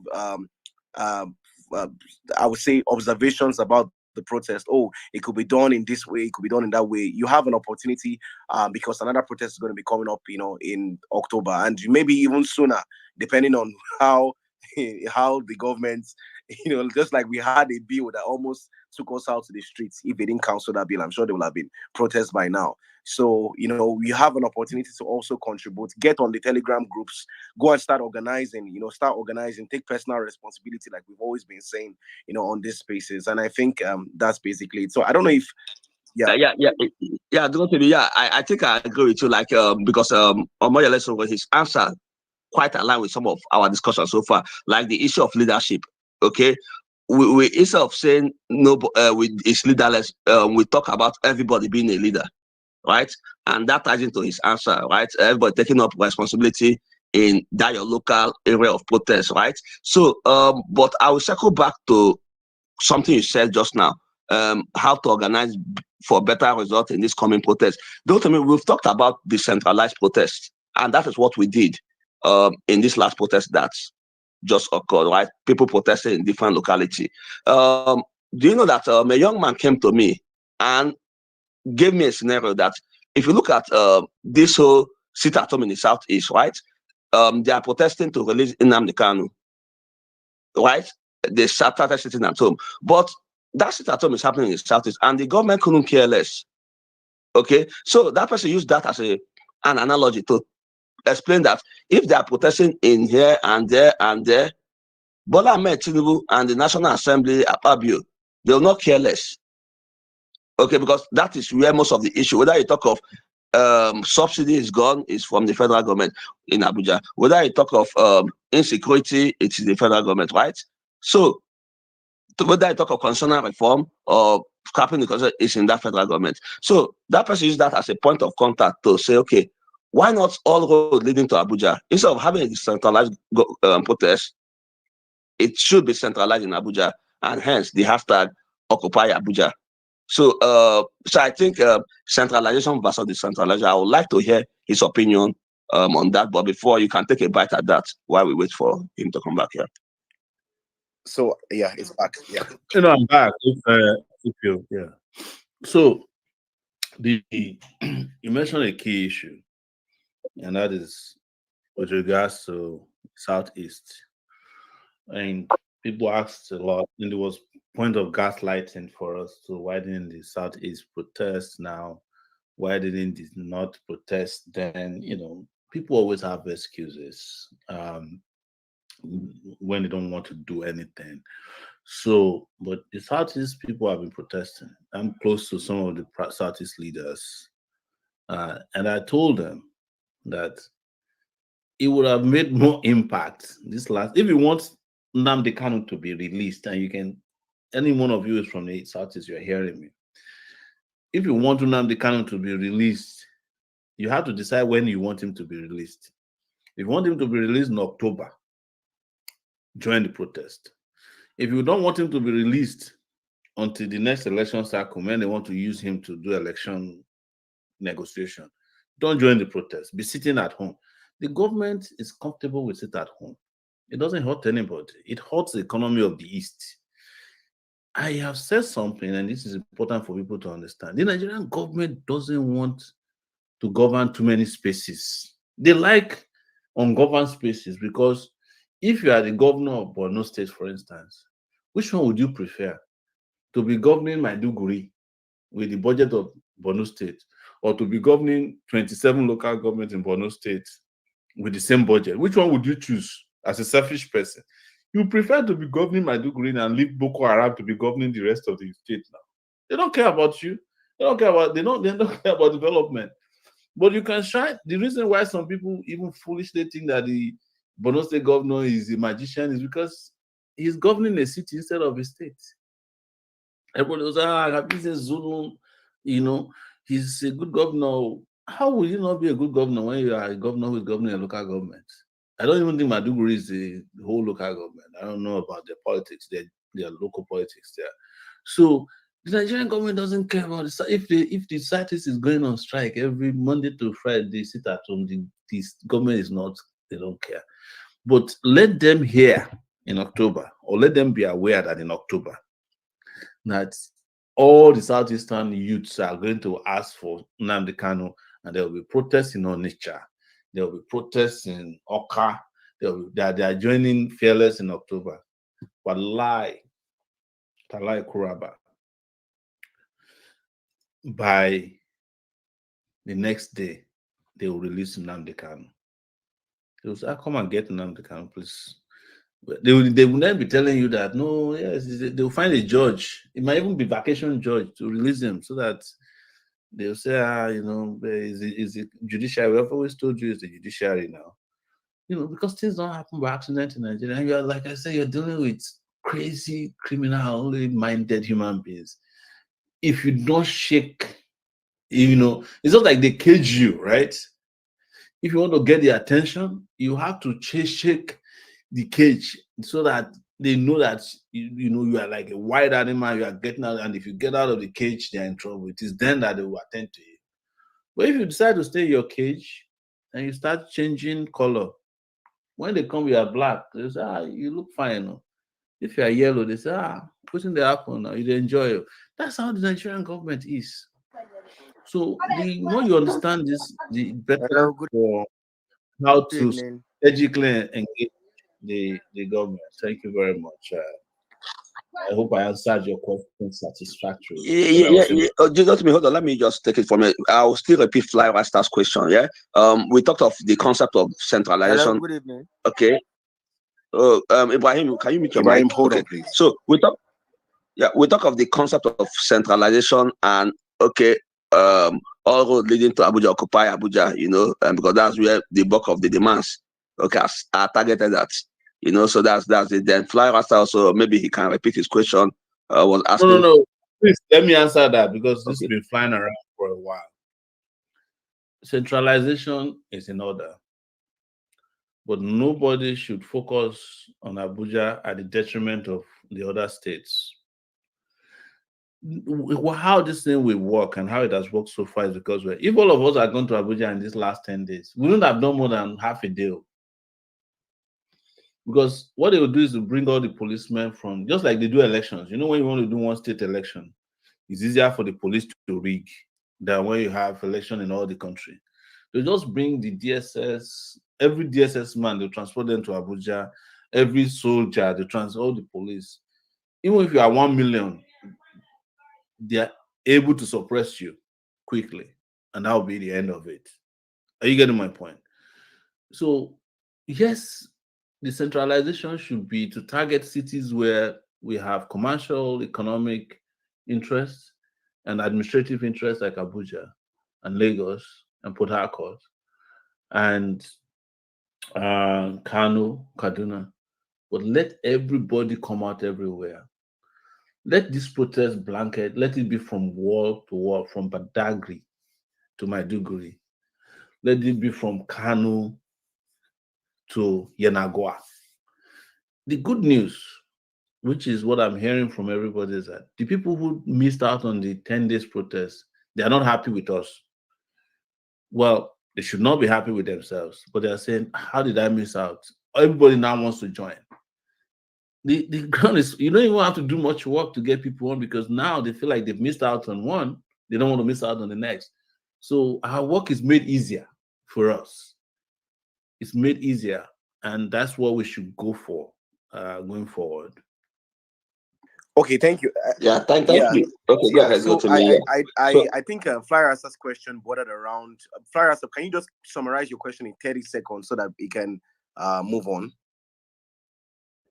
Yeah, I'm just saying, how do we counter the intentional misrepresentation of the IQ of the youth on traditional media houses? Basically, that's my summary.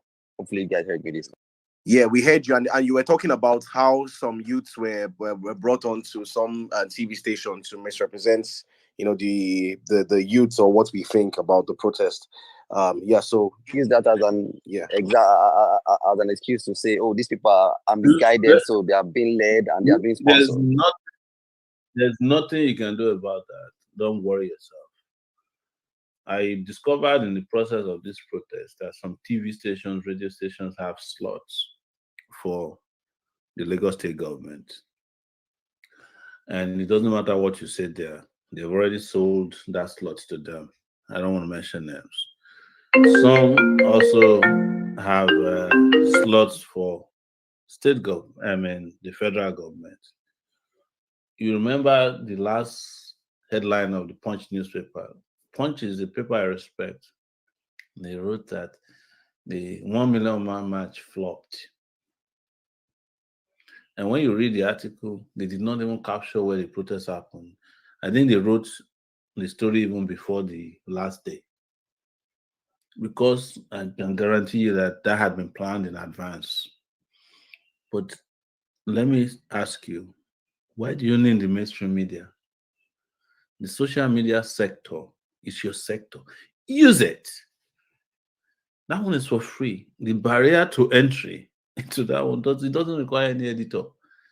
Some of you, unknown to you, have even more people reacting to your stories than when sometimes it's on Punch or Sahara Reporters or Premium Time. So what are you afraid of? Keep going at it. You are the real newspapers. You are not the traditional media. There's what we call mainstream media and main street media. You are the main street media. Please be editing away. Do your job, people. That's my advice. Don't worry about what the mainstream is saying. Let the main street take over. The main street media. All right, thank you very much. That's very encouraging. And coming from a media genius, it's also very encouraging to hear that. Okay, so I would. I swear, I bless someone they listen to our discussion because we call them the traditional media. We are the mainstream media. They are the traditional media. All right, so I have one very important question that I don't want to miss before Sowore leaves us. One very important question. I would ask that question, and then I would just allow maybe one or two people to ask the question, and then he can take his leave. But the question I have is very, very important because it caused a lot of controversy during the period of this protest. I want to ask a question about the diaspora, and I'll start the question by asking, in 2012, I watched a video. I was just a very young boy, and I watched a video of someone challenging a minister. And I know a lot of people know that I post this video all the time because that's where I draw a lot of strength from. In a diaspora, challenging when there was a fuel subsidy removal in Nigeria, challenging a Nigerian minister that came late, to an event and everything. And you did that with a lot of other people who in the diaspora who were able to challenge the system, despite not being physically in Nigeria at that particular moment, right? So my question to you is, what is the actual role of it? Like, what role should the diaspora play right now? Because we've seen liberation in so many countries, and the citizens of those countries, despite being in diaspora, were leading figures in fighting. Now, beyond just sending funds to Nigeria, what role should the diaspora actually play? What role can they play that would really make impact, like people like yourself and others in diaspora have done? Yeah.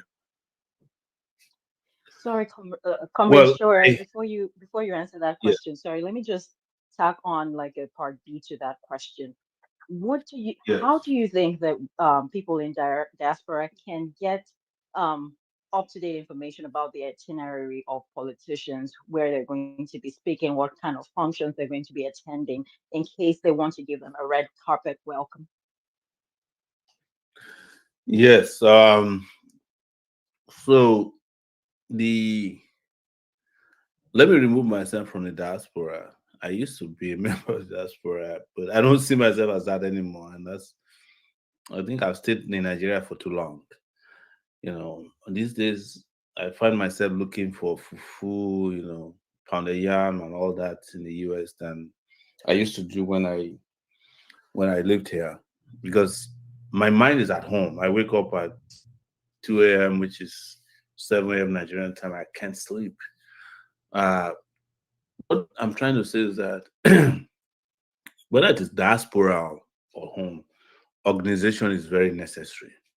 When you saw us do what we did in 2012, it was because somebody was organizing the diaspora, and I was part of it, and my friends Bukola Oreofe and all that were organizing Okay in the Bay. My absence might have affected that, but also it's important to let you know that the diaspora is not slightly, but fundamentally polarized also.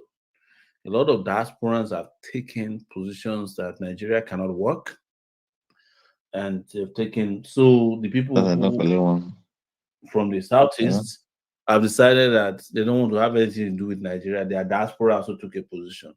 There's now the Yoruba Nation group. They used to be part of the vibrant TIB group in the UK and US. They've also decided that Yorubas should go away. So the Northerners of Nigeria, they are not plenty in the diaspora. So what I'm trying to say is that the polarity you see at home is also existing in diaspora. But if anybody is here who is from the diaspora, it's important for them to understand that I'll say it to them again, that the way to do this is to organize support for people at home, because the more boosts we have on ground at home, the better. Usually, the protest in diaspora is symbolic, because when I went to protest against that minister, there was no police to. In fact, the people of the minister and Nigerian embassy officials, they were calling on the police, come and throw them out. The police came and said, we can't throw them out. So it's easy to protest in diaspora, and we should encourage that. But what diaspora needs to do is to support boots on the ground. I don't know how we will do this, and I'm asking for suggestion because I don't want to deal with money at my level. Whomever can deal with that, we should discuss that, because I've heard from a lot of diasporans who want to contribute to what's happening, the protest, but they are disappointed when I say I don't want to take money from anybody. I would rather use my own little money, because I don't want to deal with the blackmail of, oh, I sent money to Sowore and the money didn't get. No, I've never done that. I don't want to do that now. But maybe we'll figure out a way to do that, to get support to people on the ground. But I think the diaspora is still very essential, very important part of the struggle. And I like the consciousness of the diaspora, but I also earlier stated they are also polarized, like people are polarized at home. So let's figure out how to get diaspora involved fully, both physically and financially, because they have the financial power. I would say this any day. I wouldn't have become a candidate in 2019 election if not for the diaspora. From South Africa to Australia to every part of Europe, US, Canada, and even outside of Nigeria, Ghana, Senegal, Kenya, the diaspora was the reason I was a candidate, and they sustained me to the last. So if we can get them, if people are sending $50 billion to Nigeria every year, is it possible that we can get you guys to just donate $1 million to the protest that's going to happen in February? I don't know how we're going to do it. If you know anybody that can set up a wallet that can be trusted and transparent, I'm for it. But the diaspora, please, we cannot ignore them. And that is why part of our demand for this protest is diaspora voting. 6 million diasporans can change election fortunes in Nigeria if they're allowed to vote. I hope I answered your questions correctly and adequately. Yes. I think you answered the question. Although I was going to, really emphasize on in terms of action, apart from funding, because some and I'm addressing this because this is something I think don't me has dropped off. It's going to come back. Yeah, so don't tell me. Okay. Also, maybe why we wait for him to come back, right? The reason why I asked that question, because there were so many sentiments. I did hear a little bit of grumbling amongst protesters in Nigeria, where some people were like, these diaspora people, they just want to just sit down and do nothing and push us in Nigeria. So I would also it will have also been great to see a lot more diasporans participate physically in the protest to show solidarity to people in Nigeria. And as Sowore said, it's easier to even protest in some of these countries. I remember a time where Madu went to Germany and he was heckled and treated the way that many of these Nigerian politicians should be treated. So I think that's it. Yeah, but Sowore has explained the diaspora is polarized. A lot of them have lost interest in Nigeria, and it's understandable. But let's take one or two more questions. I think Showere's trying to reconnect. Okay, he's back with us. I think he's back, yeah. Yeah. So let's take one or two more questions from, I think we have Williams, and then we have Bene of PH. So Williams, please go ahead. Please go straight ahead to your question, and then Bene, and then that will be it. Williams, are you there? Okay, if William is not there, let's go to Bene. Bene, go ahead, please. All right. Thank you. Good evening to everyone in Nigeria, and then for those in diaspora, good day. Mr. Sowore, good evening. It's a privilege to have you on mic and also speak with you for the first time. Thank you. We are really grateful, and like a Port Harcourt boy, we are passionate to see things work, especially when you know you have a lot of resources feeding the whole nation, and you don't even have a peanut for yourself. If we are even given the peanuts, I think we won't be complaining that we don't even see peanuts. I have on my bucket list here just 3 items I'd like to talk a little about. Okay, Benjamin, just go straight to your question. Yeah, just ask your question, please. We are battling with time. Benjamin, just ask your question. Just ask your question, so we move on. Okay. My question goes this way. During the protest, we had a little glitch in Port Harcourt, which we just want to see how we can be able to manage that next time. We rallied round from the Aba Road down to Government House, where we all gathered, and the governor attempted to give us money, which we rejected. He said he wanted to give us 5 million naira to buy water. We rejected and went. Some people went back and collected money, which was not actually the organizers. They claimed to be the organizers. And then it became a very big problem and discouraging for some people, which were well-meaning Nigerians. And then I don't know how we are going to manage that next time. That's number one. Number two, the protests, most companies who have over 100 and something company in O'Neill, they were working all throughout the protest because we couldn't get to that side. It was a bit further. There was no total shutdown. Had it been there was a total shutdown in those companies, there won't be any operation because there was a total shutdown. So Mr. Sowore was saying that there shouldn't be a total shutdown, that we just want to target the problem and not the people causing the problem and not the people, the citizen. And I don't think that is going to be a good idea, because the moment everybody is going about with their lawful activities, it gives these other people out there, they look stupid, they look jobless, you understand. But the moment is everybody, you'll be forced to stay at home and watch your TV and see how your people are being brutalized. Okay.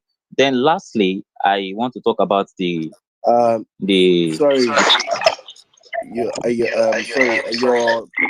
I think you're sorry, please, just so that because of time, we don't have the time. I think you've asked the question, and I think please just allow other people, please. Thank you very much.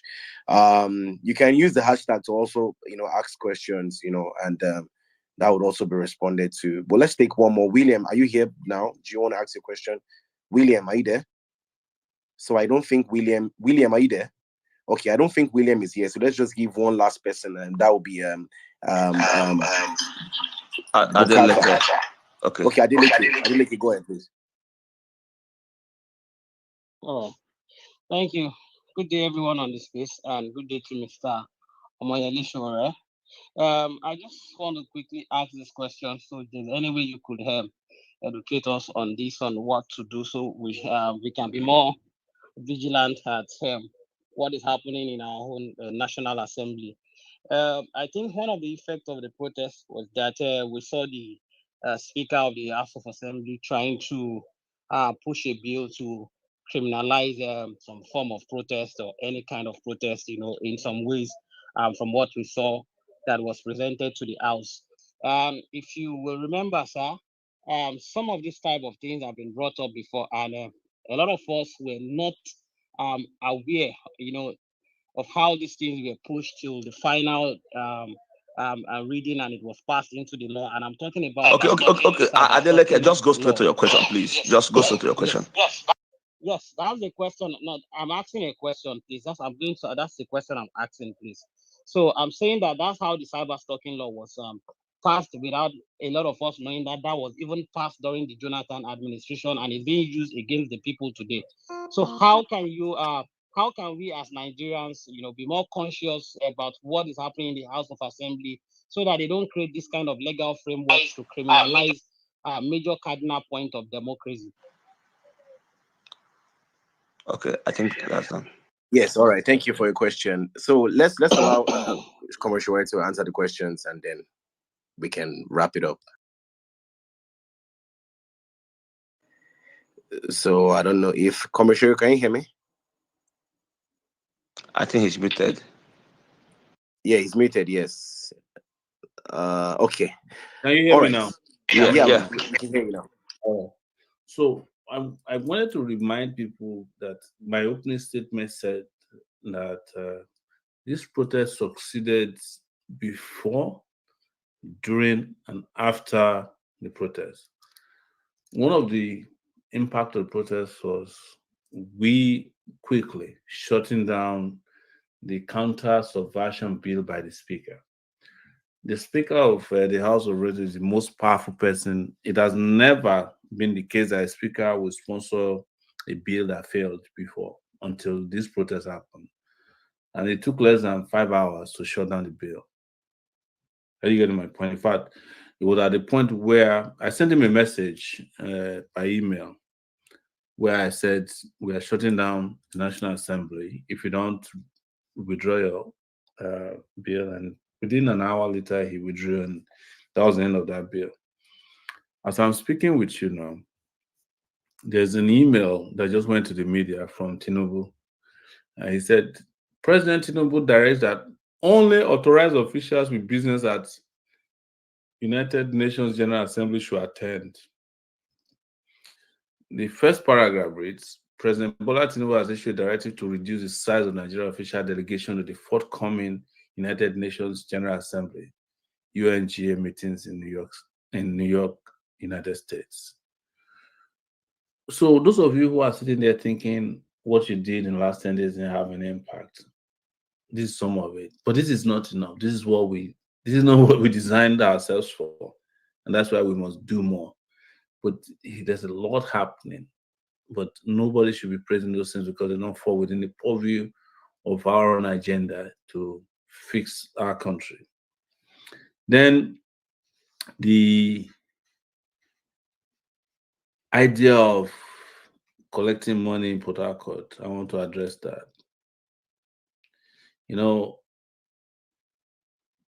Before the day of the protest, some of our organizers in Port Harcourt, they are here on this event, this space.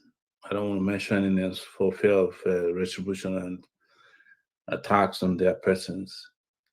Then we say that the governor will give money. And we said, under no circumstance should they go inside the government house or stay there. And that is what sustained the protest beyond that one day. It's very sad that people, when they collected money, if we know them, we would like to call them out. Please, you should DM Timmy or anybody who can find out who they are. And this is part of the reason we are careful about all these CSOs and NGOs who claim they are part of us, because they are the ones, or NGIs as I describe them, non-governmental individuals. It didn't happen in Port Harcourt alone. In Lagos, you saw a guy who claimed to be a lawyer, who was calling up a protest saying that he's a lawyer that agreed with the police. And it took a lot of effort to disabuse people's mind that he was never part of us. And part of these things we had to do was to continue the protest, and he never came back again. You guys saw the video. So it's important. This is part of consciousness. It's part of why we should not lose guard. You're going to see more and more of this. NGIs, CSOs, they will join you at first and pretend as if they are part of you.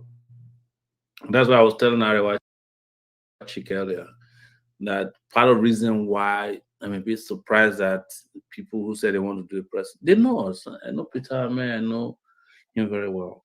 he could have reached out to me because even when I was in Abu, he used to come to my place. But there's a reason why they were avoiding us, and I'm still trying to investigate why they avoided letting us know directly that they want to have a press conference. And when they had a press conference, they had this elaborate press conference making declarations that was like could have been better done if we consulted. But that's a conversation for another day. Um, so please expect more of this.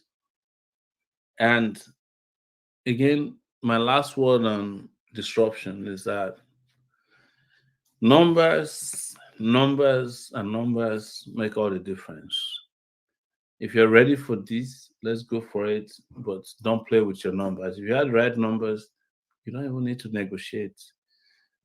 They will answer these questions on their own because they, regardless of how foolish or intransigent or arrogant they respect numbers. And there are 200 million people that they are messing with. If just 200,000 of us can show up, we are good to go. And don't forget, I told you this. Thank you guys once again, and have a pleasant night in Nigeria. Good evening in America. Good morning in China, India, and wherever you may be. Good day to you. Thank you so much for joining us today.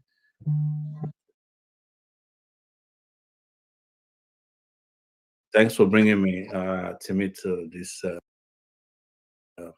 space, and I hope we'll have more conversations either at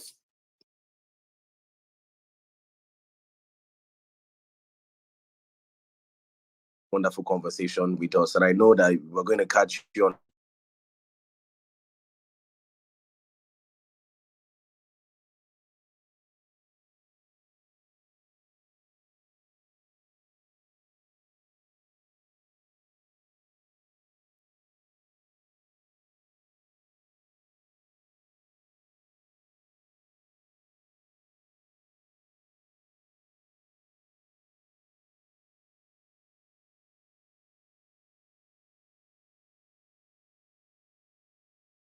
in a few minutes, and then we would close the space. So Akufina, go ahead, please. I think she's dropped. Yeah. Akufina is still here. Okay, she's dropped from my end. Okay. All right. Yeah. So let's have Bukata. Bukata, go ahead, please. Hello. Okay. All right. Hey, thank you, King. What's this? King Dorotimi, for your giving me the chance. I was just trying to say, I was just trying to find out, if there has been some lesson learned from the previous 10 days protest that we did that happened, and if there are, what are the best way? Are we putting measures in place to correct those in order to plan better for the upcoming one? That's my one question. Then my second kind of like question or suggestion is, I know the main thing that will make a protest successful is the number. Okay. The number, and the way to get a number is to create awareness and do all that. But then, if we get those numbers and they're out there in the streets doing their work, doing what they're supposed to do, protesting peacefully, and they happen to be attacked unprovoked, I'm just asking: is there any way that we can put on a system, plan a strategy that we're going to use, that when they started all this unnecessary attack on the protesters or killing the protesters, that will start targeting these individuals, targeting their money, targeting their businesses, targeting their uh even there are people that are low targets. The people. Yeah, Are, Bukata. Yeah. So I think we get your question. Yeah. I think we get your question. We just want to keep it to questions and not long submissions. And Comrade, you want to say anything? Yeah. So I think one of the questions he's asking, the last question he's asking, I think Comrade Omoyele Sowore answered it perfectly well. Okay. Where he was saying, okay, when this kind of thing happened, right? Talking about accountability, we should narrow down to the exact commanding officer or the shooting officer, right? So once we narrow it down and we start putting that publicity they don't want, we start putting it out here on Twitter, tagging them, and you see they will take caution. And he gave the instance of his own personal plight where a police woman tear-gassed him, right? And the moment he was able to narrow down the name of the officer and the exact officer, their superiors throw them under the bus. Okay, and the rest take caution, right? And in that particular instance, the lady was finding it difficult to get promotion. Promotions upon promotions came, and every time they want to promote her and he hears about it, he put out a media article, okay, repeating that same story. And by doing that, they'll take caution. But yeah, the key point there, when we broaden it, the army are killing people, right? Everybody will take cover under that corrupt institution. But once you start personalizing, narrow it down to that person, okay, put out your accountability tweets, tag embassies, Amnesty International, ICC, ECOWAS Court, as the case may be, right? Yes, that is a very potent form of accountability. I think that answers the question. And for the first part of the question, lesson learned moving forward. Yes. So I think one key lesson learned is numbers. You get numbers and how we can mobilize going forward. And the issue of accountability, we preempt the police from killing more people. That is another lesson learned. So yes, and the organization and the planning will go on, and the sensitization will go on in the coming days. It's not something we'll complete here. Do you want me back to you? Yeah, thank you very much. I think you just like the most of this conversation we're having. Numbers is everything. Talk about securing protesters, numbers. Talk about anything. All of the most, in fact, majority of the question has to do with us mobilizing enough people, to go out there and going out in our numbers. I actually wanted Aquafina. She keeps dropping off. She was the reason why I extended the conversation, because I know she has been here for the longest and wanted to ask a question. So I'll have loved that to just ask that question and then we can just end in like 5 minutes. Akofina, I'm sending you the mic. If you are able to come up, it would be wonderful to just hear your question, and all of these questions that we're asking, even though they're not directly answered now, I'm very sure that they will still circulate and we get to Sowore's table one way or the other, and then we'll know how to address it, because people have very, very valid questions and very valid suggestions that could help to guide whatever we do in future or shape it. Aquafina, you're back. Please just have the mic. Let's hear from you. Let's hear from Valerie, and then we'll call it a day. So Aquafina, go ahead, please.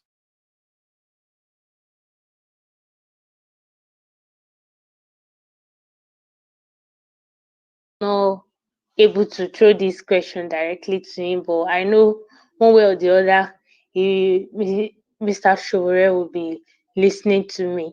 What I want to ask is that I noticed the past protests, people were fearing that they don't know who is who, they don't know who is supporting it, they don't know who is behind it. Right now, we are seeing everybody still believe that we don't know who is who and we don't know who is supporting it. And my question is that I want to ask if I don't know if Mr. Sowore is still listening, but my question is directly to him. I just want to know, I want the answer from him. I want to know if this action, this protest that we are going, this protest we are doing doesn't have any political agenda behind it. I want to know if, because people nowadays, we are all Nigerians and everybody do one thing or the other. We want to believe that is their Okay. Akofina, you are breaking up. I don't mean, is it just me? Yeah, I think it's just you, comrade. She's actually clear. Okay. Akofina, yeah, please just round up your As we question. I all think, stand yeah. on this country, this generation in this country. Oh, I think now she's breaking up. Akofina, but I think we get your question.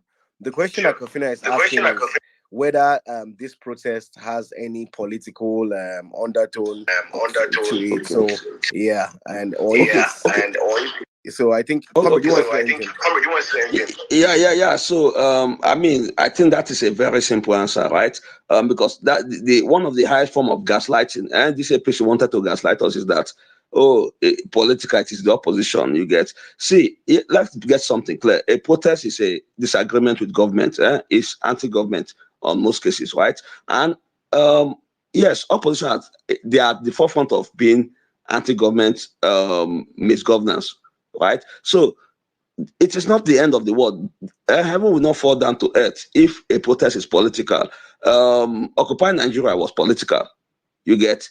Yes. So that question is not relevant because that is what they want to use to guide. Like, oh, it's political. Whether it is political, whether it's not political, it's irrelevant. Okay. What is relevant is the Nigerian people, okay, demanding for better governance from the government. So if they want to attribute it to anything, whether political or not, rather than face the issue of hunger, face the issue of inflation, face the issue of insecurity, then they should be my guest. But it will not deter or stop this protest. We will remain resolute, we will remain resolved, and will remain undeterred despite all their shenanigans. Thank you. Back to you. Sorry, comrade. Sorry, hold on, Bukata. Just hold on. We're going to go to Valerie next, but before we go to her, let me just add my 2 cents to the conversation about the protest being political. I think we need to also be more politically informed. It is not wrong for a protest to be political because everything we do as individuals is political. You understand? Most of us have already had, diet change, not voluntarily, but because of the price of food items in the country. The other day, I realized that, almost all my trousers are not my size again. I'm losing weight. I have not been to the gym, but, something is going on somewhere. So the food you eat is political. Your being able to have access to the internet is political. Everything about your life is political. So there's no reason for anyone to gaslight you and say, oh, the protest is political or what. So everything that we do, whether you can go to church or not, is political. Whether you can worship God, in fact, or not, is political. Whether you can be on this space or not is political. So don't let anyone gaslight you about a protest being political. We are addressing issues that are as a result of politics. So why would you want your protest not to be political? So, and I think that was one of the questions that we missed. But they always come with this gaslighting thing of, when you say there's hunger in the land, they say you want a regime change, or they say you want to burn down things. I mean, if we want a regime change, there are many ways we can get it without even going on the streets to protest. Or if you want to do any destruction, you don't need to call for a protest to destroy anything. You can do that. A lot of people are doing that. People are currently kidnapping people without calling for protest. People are currently destroying infrastructure, bombing up places without calling for protest. So it's just mere gaslighting. And please, let us have this political education. It's very important. The songs you listen to is as a result of politics. Everything about your life, even the amount of children you are able to give birth to, when you get married, it's all political in Nigeria, and across the world. So don't let anyone gaslight you. So let's just take Valerie, and we'll end this space, and we can maybe reconvene on maybe comrade space or any other space that is open. So Valerie, please go ahead.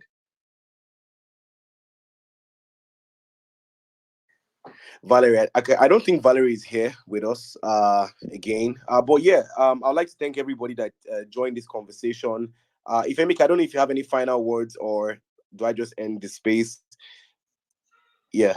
Yeah, no, thank you, Jeremy. Just one quick thing is to remind everyone who is in Abuja to please make it a date on Monday. Go and show love to our comrades. Um, let us let us be there in our numbers. That's all I wanted to add. And thank you to everyone who has made it tonight. Sorry to everyone who we couldn't bring up to speak. It's just there's a lot of requests and I see them. I feel kind of bad that you can't come up, but you see we're time constrained. So thank you for showing up today. Hopefully, as we continue the conversation, you'll be able to make your contributions. And if you can, just use the hashtag to drop your comments, your questions, and as much as possible, we'll try to respond to them. Thank you. Have a good evening, everyone. All right, thank you very much, Ifemika, and thank you to the junior comrade also for making his final submission before the space closes. Anyways, yeah, so thank you everyone for joining the space. Everyone who joined the space, we sincerely appreciate you.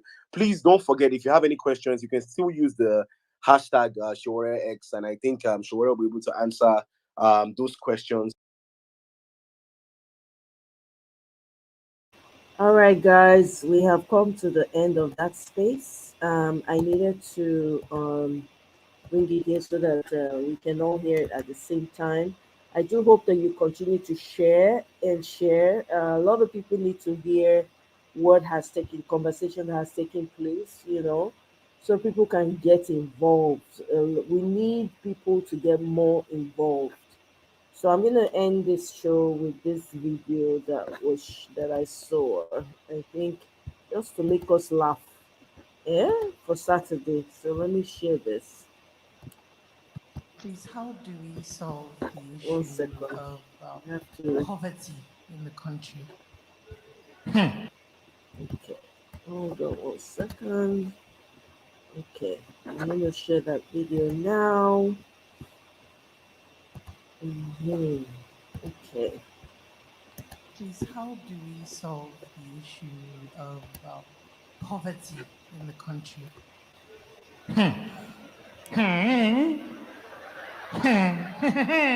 That's a very nice question. But before I answer that question, next question, please. The last question. Are graduates and entrepreneurs can become more skillful and self-reliant? How we are going to do that, I don't know.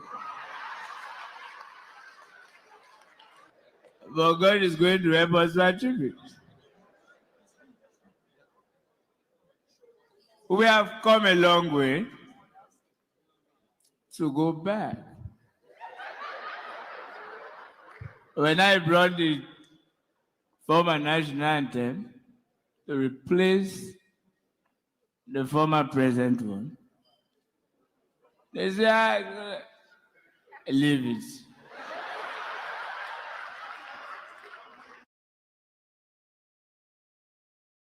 So on that note, enjoy the rest of your weekend, everyone. Thank you for joining me. I'll see you in my next one. Bye.